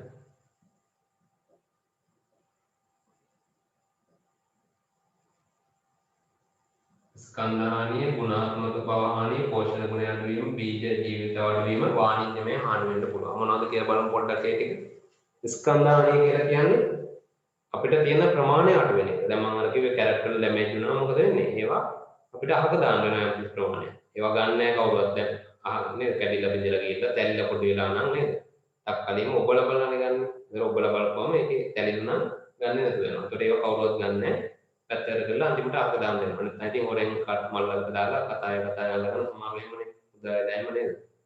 ඔන්ලා එනවා මේ ගන්න. ඒතකොට මොනවාරි කතාවකට අල්ල ගන්න ගමන් අර නරක වෙච්ච තක්කර දෙක තුනකුත් දානවා මල. ඉතින් එහෙම වෙලා කොහොමද ස්කන්ධ හානිය වෙනවා. ගෙදර ගිහිල්ලා හරි යට ඒක විසි කරන්න වෙනවනේ. ඒතකොට ඒක ස්කන්ධ හානිය. ඊට පස්සේ ගුණාත්මය හානි වෙනවා. ඒකේ තියෙන ක්වොලිටි එක නැතු වෙනවා. එතකොට ඒ නිසා පාරිභෝගිකයා ඒක ගන්න බැරිකම දක්වනවා. පෝෂණ ගුණය අනිවාර්යෙන් හානි වෙනවා. තැලීම් පොඩි වුණාම සුදු ජීව ක්‍රියාකාරීත්වය වෙනවා. ඒ පෝෂණ ගුණය අතිශයින් පහළට යනවා. ඊළඟ බීජ වල තියෙන ජීවිතාවය අඩු වෙනවා. ඒ කියන්නේ නව ආස්තනක් ගන්නකොට බීජ වල අපිට බීජ ලබා ගන්න පුළුවන්. ඒවා තියෙන ජීවිතාව නැතු වෙනවා. මේ ආදී හානි වීම නිසා. ඊට පස්සේ වාණිජ්‍යමය හානි කියන්නේ ආර්ථිකමය වශයෙන් අපිට පාඩුවක් සිද්ධ වෙනවා කියන එක. හරි. ඊට පස්සේ අපි එක එකට ටිකක් විස්තර ඇතුව මේ ගැන කතා කරොත් කොහොමද මේ පසුවස්සන හානිය සිද්ධ වෙන්නේ කියලා. හරි ප්‍රධාන වශයෙන් ධාන්‍ය වලට වගේ පසුවස්සන හානිය සිද්ධ වෙන එක එක ආකාර ටිකක් අපි එක කතා කරනවා. දැන් මේක රචනා වශයෙන් වුණා දෙන්න පුළුවන්. ඒත් පසුවස්සන හානිය කියලා ආවොත් මේ කියපු සියලු දේවල් ඕගොල්ලන්ගේ උත්තරේ අන්තර්ගත වෙන්න ඕන. ඒකෙදි මුලින්ම ගන්නවා අපේ ප්‍රධාන භෝගය V. දැන් V වලට එන්න පුළුවන් ප්‍රශ්න තියෙනවා ගණනාව. හරි. V වලට එන්න පුළුවන් ගොඩක් ප්‍රශ්න තියෙනවා. හරි. ඒකෙදි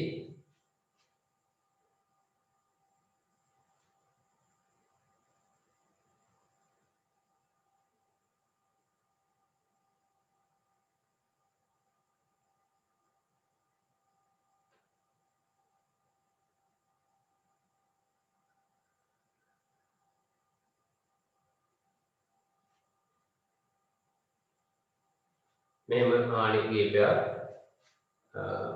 හානි වෙන තැන එකක් තමයි පසු වී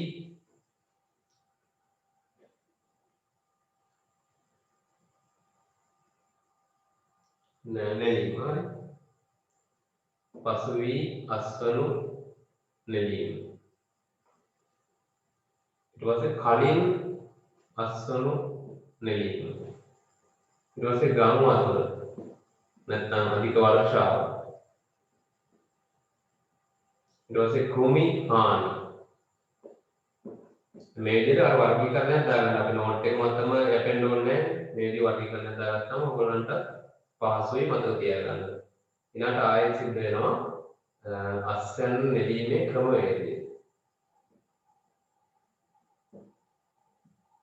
මේ එක එකක් අනුව කොහොමද බලමු අපි මේ V අස්වැන්නට ඒවෙන් බලපෑම් ඇති වෙන්නේ. දැන් පස්සේ නෙලනවා. ඒ කියන්නේ පහු වෙලා නෙලනවා. හරි.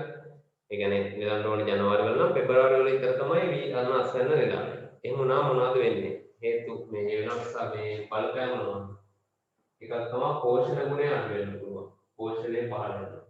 ඊළඟට ස්කන්ධ හානි වෙනවා. ඒ දැන් V යට හැලෙනවනේ.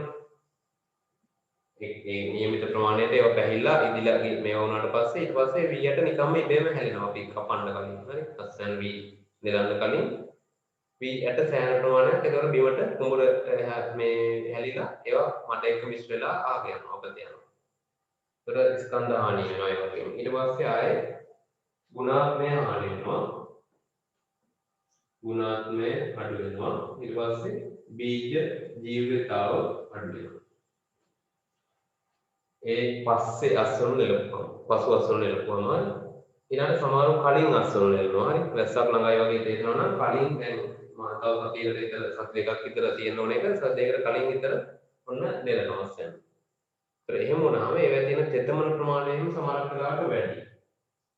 ඒ කලින් දෙලපුවම හරියට ඒව වියදිලා නැහැ. හරියට පැහිලා ඉදිලා එම අර වී ඇටේ විදියට ඇවිල්ලා නැහැ. නිකන් අර තෙතමනේ සහිතයි. ඇතුළේ තියෙන පිටි ගතිය වැඩි. එහෙම තත්ත්ව එනවා. එහෙම වුණාම මොකද වෙන්නේ? එකක් ඒවට තියෙන හානි වැඩි වෙන්න පුළුවන් විශේෂයෙන් කෘමි හානි වගේ දේවල්. හරි. කෘමි හානි ඒ වගේ දේවල් වැඩි වෙන්න පුළුවන් තෙතමනේ වැඩි තැන්වල.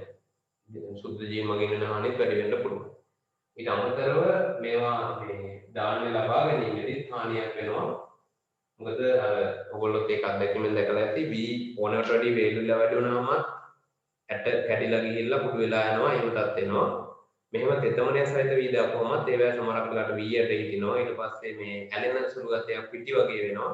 එහෙම අපිට අර පරිභෝජනය කරන්න බැරි තත්යකට සෑහෙන ප්‍රමාණයක් යනවා. ඉතින් දැන් ඔය වීගෝනියත් එක ගන්න කෙනෙකුට ඒක ප්‍රශ්නයක් නැහැ. නමුත් වීගෝනි සෑහෙන අක්කර ගානක් වගා කරපු කෙනෙක්ට එහෙම වුණොත් ඔක්කොටම ඒක සෑහෙන ප්‍රමාණයක් අපතේ යamak සිද්ධ වෙනවා ආහාර.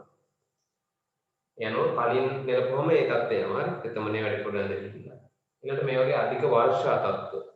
ඒ වගේ අපව මොකද වෙන්නේ? අධික වර්ෂාව ආවම ගොඩක් වෙලාවට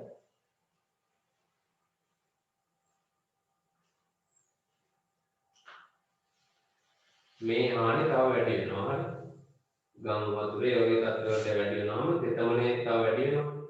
තෙතමනේ නැති වෙච්ච ඔය කියන හානි වැඩි වෙනවා. ඊට අමතරව විශේෂයෙන් ඔය දැන් වී ගස් පෙරලෙනවා කියලා අපි කියනවා. ඔයගොල්ලෝ දැකලා ඇති අර හොඳට හැදිලා වී කරල් බර වෙලා තියෙන වෙලාවක වැස්සොත් ඔක්කොම ටික ඒ ආයත පෙරලිලා යනවා. එතකොට එතනොත් අර හරි අස්සන්නක් අපිට නිලා ගන්න බැරුව යනවා.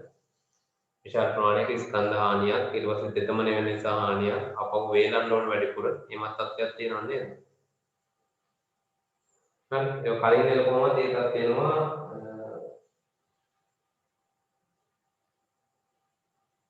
හරි වියලීමට එම ගොඩක් වෙලාවට වැඩිපුර වෙනමම මේ ඊට පස්සේ වියලීමට වැඩි පිරිවැයක් දරන්න වෙනවා තෙතමනේ සහිත මේ අවස්ථා දෙකේදී. හරි. කලින් නෙලපුවමත් එහෙමයි. ඒ වගේම වර්ෂාවට වුණාමත් වැඩිපුර වියලන්න ඕනේ. නැත්නම් තෙතමනේ තිබුණොත් ප්‍රශ්න වෙන නිසා ඒතර වියලන්න ගියාම කොහොම ඒකට වියලීමේ පිරිවැය වැඩි වෙන එකත් ගැටලුවක් වෙනවා. ඊට කෘමි හානි වෙනවා. ඔය ගොඩක් වෙලාවට සත්තු බොනවා මේ කියලා කියන්නේ. දැන් වී ඇටේ මෙහෙම තියෙනවා නම් සාමාන්‍ය වී ඇටයක් මෙහෙම ඇතුලේ තියෙනවනේ හාල්ලට වී පොත්තත් එක්ක. ඒතකොට දැන් කෘමිය විදුත් එක මොකද වෙන්නේ? ඔන්න විදුත් යනක් තියෙනවා කියලා. ඒතකොට ඌ එකම මොකද වෙන්නේ? භාගයක් විතර කාලා. ඔය වගේ තියෙනවා. ඒතකොට එතනින් ඒ ධාන්‍ය වර්ගයේ බාල වෙනවා. ඒතකොට අපිට සමහරක් වෙලාවට ඒක කොටනකොට ඇට කුඩු වෙලා නිකන් අර කුඩු විදිහට සෑහෙන ප්‍රමාණයක් ඉවත් වෙලා යනවා හානි වෙලා යනවා. නිකන් කැලි කැලි කැටිච්ච හාල් ටිකක් තමයි ලැබෙන්නේ. ඒ කෘමි හානි වලින් වෙන බලපෑම. ඊළඟට අස්වැන්න වෙන ක්‍රමය අනුව ස්කන්ධ හානියක් වෙන්න පුළුවන් ගොඩක්. හරි. ඉතින් ඒ නිසා සුදුසු තාක්ෂණ ක්‍රමවේද භාවිතයෙන් මේ ක්‍රමය අපි භාවිත කරන්න ඕනේ. දැන් ඔය භූතය කියලා එහෙම තියෙන්නේ නේද? ඒ වගේ මැෂින් එකකින් ඉතින් ඒවත් හොඳ තත්ත්වයේ තියෙන ඒවා වෙන්න ඕනේ. ඒවා යම් යම් දෝෂ තත්ත්ව තිබුණොත් සමහරක් වෙලාවට වී හැලිලා යන්න පුළුවන් නේද? දන්නේත් නැහැ. ඊට පස්සේ මොකද අර ඒකෙන් එහා මෙහා ගියාම රෝද වලට අහු වෙලා තැල්ල පොඩි වෙලා යනවා. හානි වුණාද කියලා දන්නේත් නැහැ. සමහරක් වෙලාවට ඒවා සිදුරු තියෙනවා වෙන්න පුළුවන්. එහෙම ප්‍රශ්න තියෙනවා වෙන්න පුළුවන්. ඒ යන්ත්‍ර සූත්‍ර වල. ඉතින් ඒවත් හොඳ මට්ටමේ තියෙනවද කියලා පරීක්ෂා කරලා බලලා ඕනේ කුඹරකට දාන්න. නැත්නම් මේ වගේ ස්කන්ධ හානි වෙනවා. ඉතින් ඊට පස්සේ වියටයට යවගන්න යාර මට එක තියෙන නේද? ඉතින් එහෙම ක්‍රමය හොඳ ක්‍රමයක් තෝරාගෙන නවීන විදියට ඒකේ තත්ත්ව පරීක්ෂා කරලා ඒ ක්‍රමයෙන් කරන්න ඕනේ. ඒතර මේ අනුව වී වගාවට තියෙන පසු අස්වනු හානි තමයි සරලව අපිට මේ විදිහට පෙන්න ගන්න පුළුවන් වෙන්නේ. එකක් පසු වෙලා අස්වනු නෙලන එකෙන් හානි වෙනවා. කලින් අස්වනු ඕනෙට වඩා කලින් නෙලපුවම හානි වෙනවා. ගම් වතුර අධික වර්ෂාව නිසා හානි වෙන්න පුළුවන්. කෘමි හානි අස්වනු නෙලන ක්‍රම. මේ ටිකම ප්‍රධාන වශයෙන් එනවා අනිකුත් භවභෝගී කියන පළතුරු සහ එළවලු වලට ඒවා ඒ නිසි කාලයේදී ඒවා නිරන්තරව. හරි. ඊට පස්සේ නිසි කාලයට පස්සේ මොකද වෙන්නේ? නිසි කාලයට පස්සේ නිරනකොට විශේෂයෙන් එතකොට ඒවා ඉදීම වැඩි වෙලා තියෙන්න පුළුවන්. එතකොට ඉදිලා වැඩි වුණාම ඒවා අර ඒවට විශේෂයෙන් දැන් ප්‍රවාහනයේදී වගේ වෙන්න පුළුවන් ගැටලු හානි වැඩි. හරි. තැලෙන්න තියෙන හැකියාව වැඩි ඉදිරිය වැඩි වෙනවා. සාමාන්‍ය හරි වෙලාවට නෙලනකොට නැහැ කෙසෙල් උනත් සාමාන්‍යයෙන් අර නෙලනකොට මේ සම්පූර්ණ ඇවරි ඔක්කොම කහ වුණාට පස්සේ කෙසෙල් නෙලන්නේ නැහැ. කෙසෙල් කනක් කපනකොට සාමාන්‍යයෙන් අර නිකන් පාට වැටෙනවා නම් වගේ අන්න කපනවා. මොකද මේ පාට නිකන් රා පැහැයට නිකන් රා කහ පැයක් එනකොටම කෙල් ඇවරියට ඒ කියන්නේ එයා සම්පූර්ණ කරගෙන තමන්ගේ ඉදීමේ ක්‍රියාවලිය ඊට පස්සේ අපි අර දැකීම තියෙන කෙල් කන කපලා තියෙනවනම් ඊට පස්සේ දවස් දෙකක් යනකොට ඒක ඉදෙනවා ටක් ගාලා. ඉතින් ඒ හින්දා ඉදෙනකන් ඉන්නේ නැහැ. ඒ වගේ ඒවා අනිවාර්යෙන් අර කොළ පැහැදිලි කපලා අපි විකිණීම කරන්න ඕනේ. අනිත් ගොඩක් පළතුරු එළවලු වර්ග එහෙමයි. පැහැෙනකොට අඳුරගෙන නිසි කලදී ඒවා කපන්න ඕනේ කලින්වත් පහු වෙලාවක් නැතුව. ඊළඟට මේ V වර්ග එක නෑ. නමුත් මේ පළතුරු සහ එළවලු වලට ගොඩක් වෙලාවට එනවා. මොනවද වෙන්නේ? අස්වැන්න වෙලාදී හානි වෙනවා. මොනවාද? යාන්ත්‍රික හානි. නැත්නම් භෞතික හානි කියනවා. යාන්ත්‍රික හානි වෙනවා. ඒ කියන්නේ ගොඩක් වෙලාවට ඒවා නෙලන ක්‍රමවේදය අනුව සමහර වෙලාවට බිමට කඩනවා වෙන්න පුළුවන් නේ. දැන් අඹ වගේ දෙයක් කියලා හිතන්නකො. ඒතර අඹ ගහ ඇදෙනවා. අඹ ගහේ පොඩු ගහලා කඩනවා. ඒක විකුණන්න බෑ කවදාවත් නේ. ඊට පස්සේ දැන් මොකක් හරි පිළියක් හරි කතුරක් හරි එම අර සැලකිල්ලකින් නැතුව එහෙම කපුවොත් ඒ ගොඩක් වෙලාවට එහෙම පළතුරු වල එහෙම ඔයගොල්ලෝ දැකලා ඇති එහෙම කැපුම් පාරවල් එහෙම තියෙනවා සැලෙන් සැලේ. සාමාන්‍ය කඩවල තියෙන පළතුරු වල එහෙම තියෙනවා. ඉතින් ඒ වගේ වුණාම එතනින් කවුරුත් කැමති නැහැ. දැන් අර වගේ එක ගෙඩියක් තිබ්බද කේල්ලවරියක් කියලා හිතන්නකො. කේල්ලවරියක එකක් තියෙනවා කැපිලා වගේ. ඒතර ඒ කේල්ලවරිය හැමදෙස්සෙම ඉතුරු වෙනවා. කවුරුත් ඒක ගන්න කැමති නැහැ. අර හොඳ කේල්ලවරිය නිකන් ගන්න බලන්නේ මොකද? ඉතින් ඒ අනුව ඒ වගේ අර යාන්ත්‍රික හානි ගොඩක් ඇති වෙන්න පුළුවන් පළතුරු සහ එළවලු අස්වැන්න නෙලනකොට ඒක නම් සැලකිලිමත් වෙන්න ඕනේ අනිවාර්යයෙන්. ඒ තමයි ඒතකොට V සහ පළතුරු භෝග වර්ග වලට අදාළව පසු අස්වැන්න තාක්ෂණය කොහොමද භාවිත කරන්න ඕනේ කියන්නේ.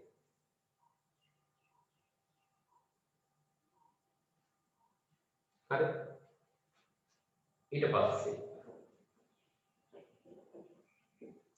පරිහරණය කරලා දැන් මේ ගොඩක් වෙලාවට කිව්වේ අස්වැන්න නෙලද්දී ඊළඟට පරිහරණයේදී කොහොමද අපි ඒවට මුහුණ දෙන්නේ? ඒක V ගැන අපිට හැමදෙස්සෙම කතා කරන්න වෙනවා. මොකද V කියන්නේ අපේ ප්‍රධාන ආහාර භෝගය. ඒ නිසා V ගැන විශේෂයෙන් වැඩිපුර කතා කරන්න වෙනවා ටිකක්. පරිහරණය කියලා කියන්නේ ප්‍රධාන වශයෙන් අපි ඒවා පාවිච්චි කරන ආකාරයනේ පරිහරණය. පරිහරණයේදී ගොඩක් වෙලාවට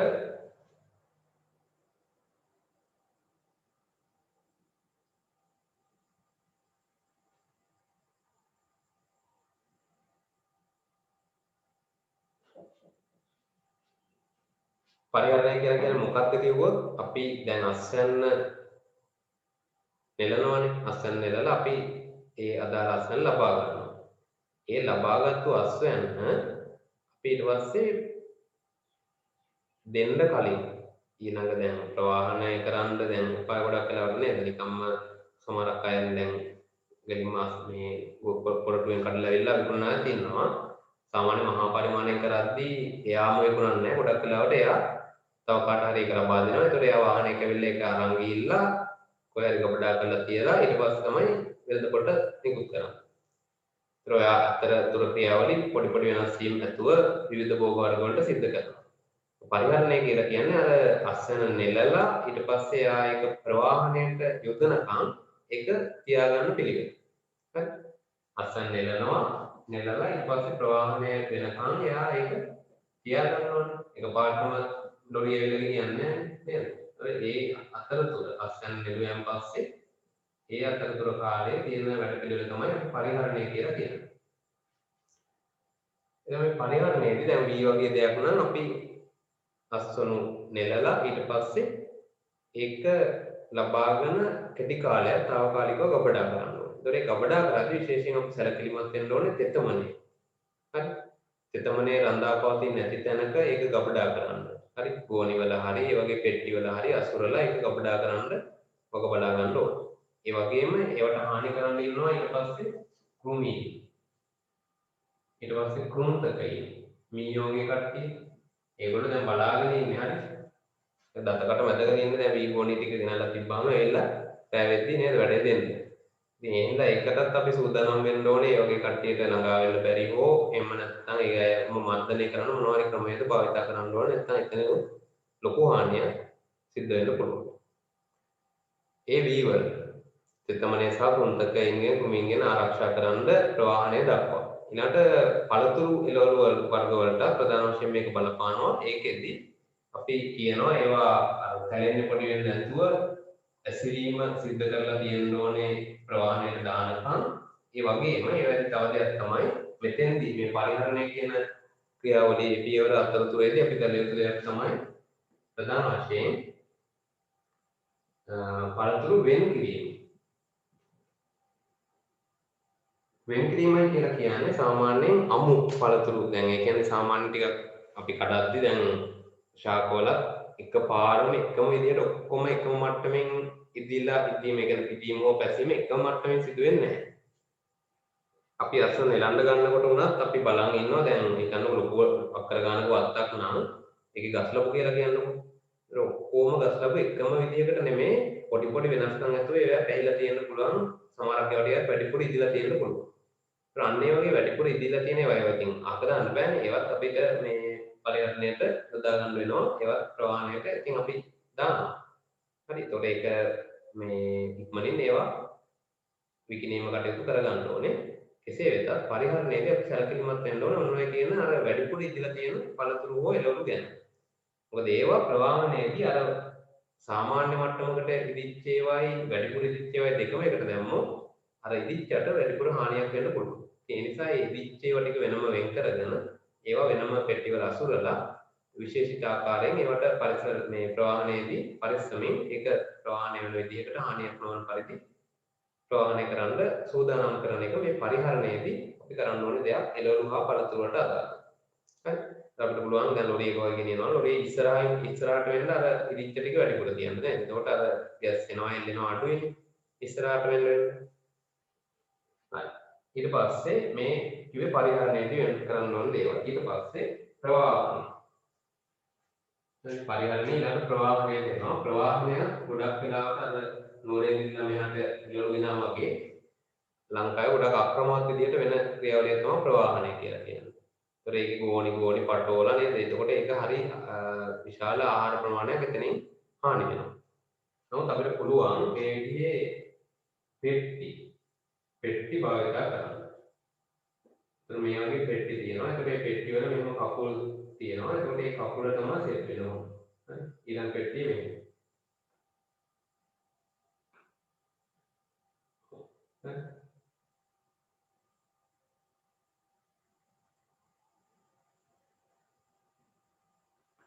එතකොට මේවට අපිට දාන්න පුළුවන් අපි දාන්න ඒ මොනවාරි පළතුරු වර්ගයේ ඒ භෝග වර්ගයේ මේ අසුරන්න පුළුවන් ගන්න. ඒක තැලීමක් කොටවීමක් වෙන්නේ නැහැ. ඉතින් අර ඒවැ පෙට්ටි ගන්න යම් කිසි වියදමක් යනවා. ඒ වගේම පොඩි ප්‍රමාණයකින් ඒ අර ගෝණි වල පටවන ප්‍රමාණයට වඩා පොඩි ප්‍රමාණයක් මේවැ පටවද්දී අඩු වෙනවා. ඒ කියන්නේ එච්චර ෆුල් ලෝඩ් එකක් ගහන්න බෑ මෙහෙම පිළිවෙලකට අසුරනකොට. ඉතින් ඔය කරුණු කාරණා එක සමහරක් වෙලාවට ගොවීන් කැමති නැහැ. ප්‍රවාහනය කරන කට්ටිය කැමති නැහැ. මේ වගේ ප්‍රවාහනය කරන්න. එහෙම ප්‍රශ්න තියෙනවා. මොකද එකපාරක් ඔය ලංකාවේ බෙඩ් වගේ මේ ප්ලාස්ටික් පෙට්ටි වල අනිවාර්යෙන් අසුරන්න ඕනේ කියලා නීතියක් ගෙන්න හදලා ලොකු විරෝධයක් මට මතකයි කාලෙක එල්ල වුණා. ඉතින් යනවා නමුත් හරියට ඒක කරන පුද්ගලයා දන්නවා මේ ලාභයට වැඩිය හරිද?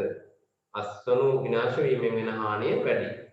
ඉතින් ඒ නිසා ඒක අර එකපාර දැනෙන්නේ නැහැ. නමුත් ඇත්තටම ලොකු හානියක් ගෝණි වල ගෙනිහිල්ලා ගෝණි වල ප්‍රවාහනය කිරීමෙන් සිද්ධ වෙනවා. මේ මෙතනින් අපි ගන්න ලාභයට වඩා. හරි. ඒ නිසා ප්ලාස්ටික් පෙට්ටි ටිකක් ගත්තාම ඒක ඕනේ කාලයක් පාවිච්චි කරන්නත් පුළුවන්.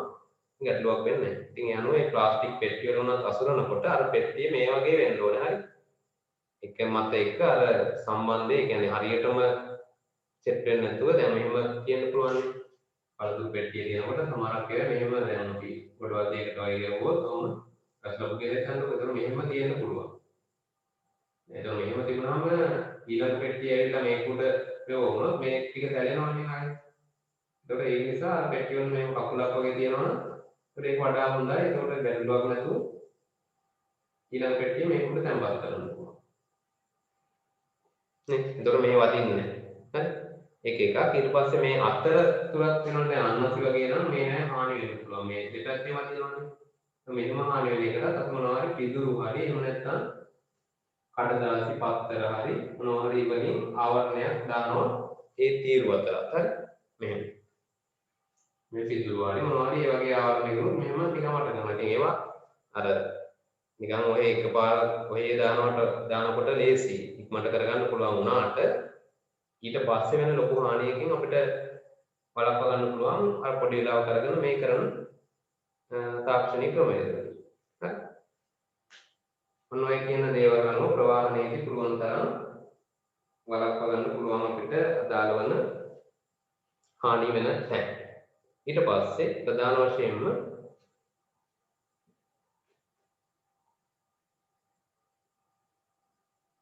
ගැස්සීම ඊට පස්සේ ප්‍රවාහනයේදී සිදුවන කවුන්ටර් ගැස්සීම පළදාවට විශාල හානි සිදු කරනවා. ගන්න කලාව රාත්‍රී කාලයේ උදා ගැනීම.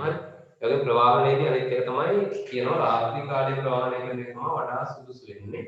ඒකට හේතුව දිවා කාලයේදී උෂ්ණත්වය වැඩි නිසා ඒකත් අර ගබඩා කිරීම උෂ්ණත්වය අනුව දැන් වාහනයක වගේ යනකොට ඒක දැනෙනවනේ අනිවාර්යයෙන්. ඒකත් හේතුවක් වෙන්න පුළුවන් ශාක නරක වෙන හැම්බෙනවා වගේ වෙනවනේ. ඉතින් ඒ නිසා රාත්‍රී කාලයේදී එහෙම නෑ අර සිසිල් පරිසරයක් සිසිල් දේශගුණයක් තියෙන හින්දා වඩා හොඳයි කියනවා රාත්‍රී කාලේ ප්‍රවාහනය සිද්ධ කරන්න පුළුවන් නම්.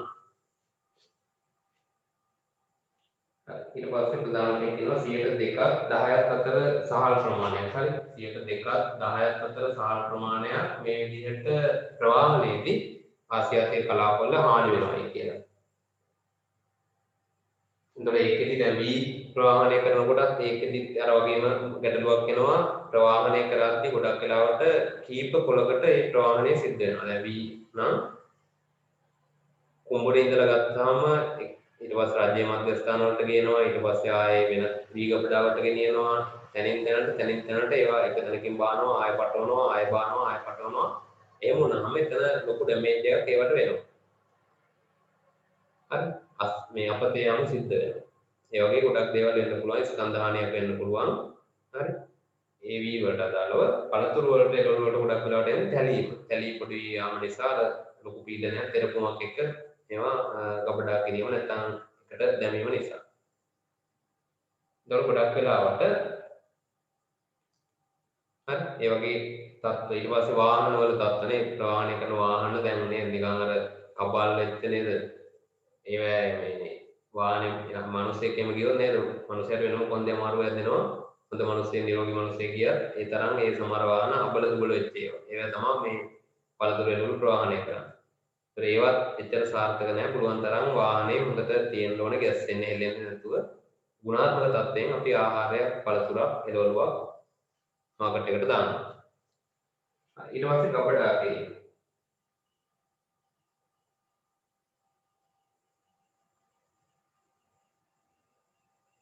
හරි ගබඩා කිරීමේදී අර කලින් කිව්ව කතාවම එනවා පරිහරණය ප්‍රවාහනය ඊට පස්සේ ගබඩා කිරීමේදී මේ ගබඩා කිරීම කියනවා වඩාත්ම උග්‍ර මොකද්ද උග්‍ර හානියක් සිද්ධ වෙන්නේ. හරි ආහාර ද්‍රව්‍ය වල වඩාත්ම උග්‍ර හානියක් සිද්ධ වෙන්නේ මේ ගබඩා කිරීමේදී කියලා කියනවා. හරි විශේෂයෙන්ම මේ ගබඩා කිරීමේ තත්ත්ව අවශ්‍ය යටිතල පහසුකම් ඒ තත්ත්ව ඒ ගබඩා කරන ස්ථානවල නොමැති වීම. ඒවා එක්ක තෙමෙනවා තැනින් තැනට. හරි තෙමෙනකොට එතන ගැටලුවක් වෙනවා. තෙතමනේ වැඩි වෙලා ආහාර ද්‍රව්‍ය නරක වීම ඉක්මන් කරනවා. ඒ වගේම තමයි විශාල වශයෙන් කෘමි හානි. කැරපොත්තෝ කෘමි දෙක එක කූඹි කැරපොත්තෝ විශාල වශයෙන් ඒ වගේ කෘමි සතු බෝ වෙලා ඉන්නවා ගබඩා කරන රජයේ වී ගබඩා වල එම මාර විදියට ඉන්නවා. ඊට පස්සේ මීයෝ කෘන්තකයෝ ඒ වගේ සත්තුන්ගේ බලපෑම තියෙනවා. ඒ නිසා ඒ ගබඩා කිරීමේදී අනිවාර්යයෙන් ඒවා බලන්න ඕනේ පාලනය කරගන්න. ඊට පස්සේ එළවලු පළතුරු වලත් එහෙමයි පුළුවන් තරම් ශීත කාමරවල හරි ගබඩා කරද්දී ශීත කාමරවල ගබඩා කරන්න පුළුවන් නම් ඒ වගේ දේවල් උඩ හොඳයි. ටිකක් කල් හරි අපිට පුළුවන් අර නරක වෙන්න කාලය අඩු කරගන්න. හරි. ඒ දේවල් වලින් ඊට පස්සේ ගෘහස්ත පිරිසකසමේදී හරි ගෘහස්තව අපිට පුළුවන් ඊට පස්සේ ආහාර ඔය හානි වෙන එක වළක්වා ගන්න. ගොඩක් වෙලාවට ගෘහස්තව ඔය ක්‍රියාවලිය ගොඩක් හොඳට ඕගොල්ලෝ අම්මලා එක්ක පවුලේ ඒ දේවල් නේද අම්මලා ඒවා හොඳට කරනවා. හරි ඔය මේ රජයේ තන්තුරු ගන්න කට්ටියට වැඩි හොඳට ගෙවල් වල නම් ආහාර පරිරක්ෂණ ක්‍රියාවලිය අනිවාර්යෙන් කෙරෙනවා. ගොඩක් පිළිවෙසුන්දායක විදිහට සමහරක් වෙලාවට නේද දැන් මේ ලුණු දෙහි දානවා, කච්චාරු දානවා කියලා එක එක විදිහවල් කරන්නේ ආහාර වලට. ඉතින් මේ හැම එකක්ම ආහාර පරිරක්ෂණය එක්තරා ක්‍රමවේදයක් වෙනවා. හරි. වේලනවා, ලුණු දානවා. ඒ වගේ දේවල් නිරන්තරයෙන් ගෙවල් වල කරනවා. හරි. වී වගේ දේවල් ආරක්ෂා කර ගන්නවා. නමුත් දැන් අර මේ වැඩේ කියන්නේ අර දැන් තනතුරු වලට පත් කරලා ඉන්න අය. දැන් හිතන්න වී ගබඩාවක ඉන්න නිලධාරීන් කියලා. ඒගොල්ලන්ට එහෙම මේ වී ටික ආරක්ෂා කර ගන්න ඕනේ කියලා එකක් නැහැ. තමන්ගේ ගෙදර නම් වීගෙන ආවේ. එහෙනම් තමන්ට ඕනකමක් තියෙනවා වී ටික මොනව කර ගන්නද? දැන් මේ ටික හානි වුණොත් අපිට වී කඩෙන් ගන්න වෙනවා. ඒ නිසා මේ ටික ආරක්ෂා කර ගන්න ඕනේ කියලා හැඟීමක් තියෙනවානේ. ගෙදරට ඕගොල්ලෝ වීගෙන ආපුවම. අරයට එහෙම හැඟීමක් නැහැ. මොකද එයාට ඕනේ එතන රැකියාව කරලා කියා කරි ගන්න. එතන වී තිබුණත් එක නැතත් එකයි. ඉතින් එතන තත්ත්ව හදන්න කියලා ඒව නන්දුවක් දක්වන්නෙත් නැහැ. ඒ වගේ ප්‍රශ්නයක් තමයි වෙන්නේ ලංකාවේ වලට වෙලා. ඉතින් කොහොම හරි ඔය දේවල් වලින් පසුවස්සන හානිය විශාල වශයෙන් ලංකාව තුලත් ඒ වගේම ලෝකේ පුරාවටම පසුවස්සන හානියෙන් විශාල ආහාර ප්‍රමාණයක් අපතේ යනවා. ඒ අපතේ යන එක පුළුවන් තරම් වළක්වා ගන්න තමයි පසුවස්සන තාක්ෂණ ගොඩක් දියුණු කරගෙන යමින් තියෙනවා. ඉතින් අපි පුළුවන් තරම් ඒවට අනුගත වෙන්න බලන්න ඕනේ. එතකොට ලාභය අතින් ගත්තත් මොකද දැන් මේ ප්ලාස්ටික් පෙට්ටිය ගන්න මුලින් ලාභ වෙනවා. ඊට පස්සේ ආය ගැනීමක් නැහැ. ඊට පස්සේ ඒක දැන් ගෝණි නම් එහෙම නෙමෙයි හැමදාම ගෝණි ගන්න ඕනේ. මේවා එහෙම නෙමෙයි අපිට එකපාරක් ප්ලාස්ටික් පෙට්ටියක් ගත්තා නම් ඒක දිගටම පාවිච්චි කරන්නත් පුළුවන්. සහ හානිය මේ ආහාර ද්‍රව්‍යවලට වෙන හානිය ගොඩක් අවම කරගන්න එතනින් ඉඩකඩක් හම්බ වෙනවා. හරි. එහෙනම් එතනින් පරිරක්ෂණය හා ආහාර පසුවසන තාක්ෂණය අවසන් වෙනවා. ඊළඟට අපිට කතා කරන්න තියෙන ඩෙන්ගු සහ බරවා කියන මාතෘකාව. ඒකත් එක වීඩියෝ එකකින් ඉවර කරනවා. ඊට පස්සේ තව වීඩියෝ එකක් හෝ දෙකක් තමයි මේ පාඩමට අදාළව සාකච්ඡා කරන්න තියෙන්නේ. මේ වීඩියෝ එකේ අපි සාකච්ඡා කරේ ආහාර පරිරක්ෂණ ක්‍රමවේද මූලධර්ම වගේම පසුවස්සන තාක්ෂණය කියන කොටස් දෙක. එහෙනම් අපි ඊළඟ වීඩියෝ එකේ හම්බ වෙනකන් එන සියලු දෙනාටම ආයුබෝවන්.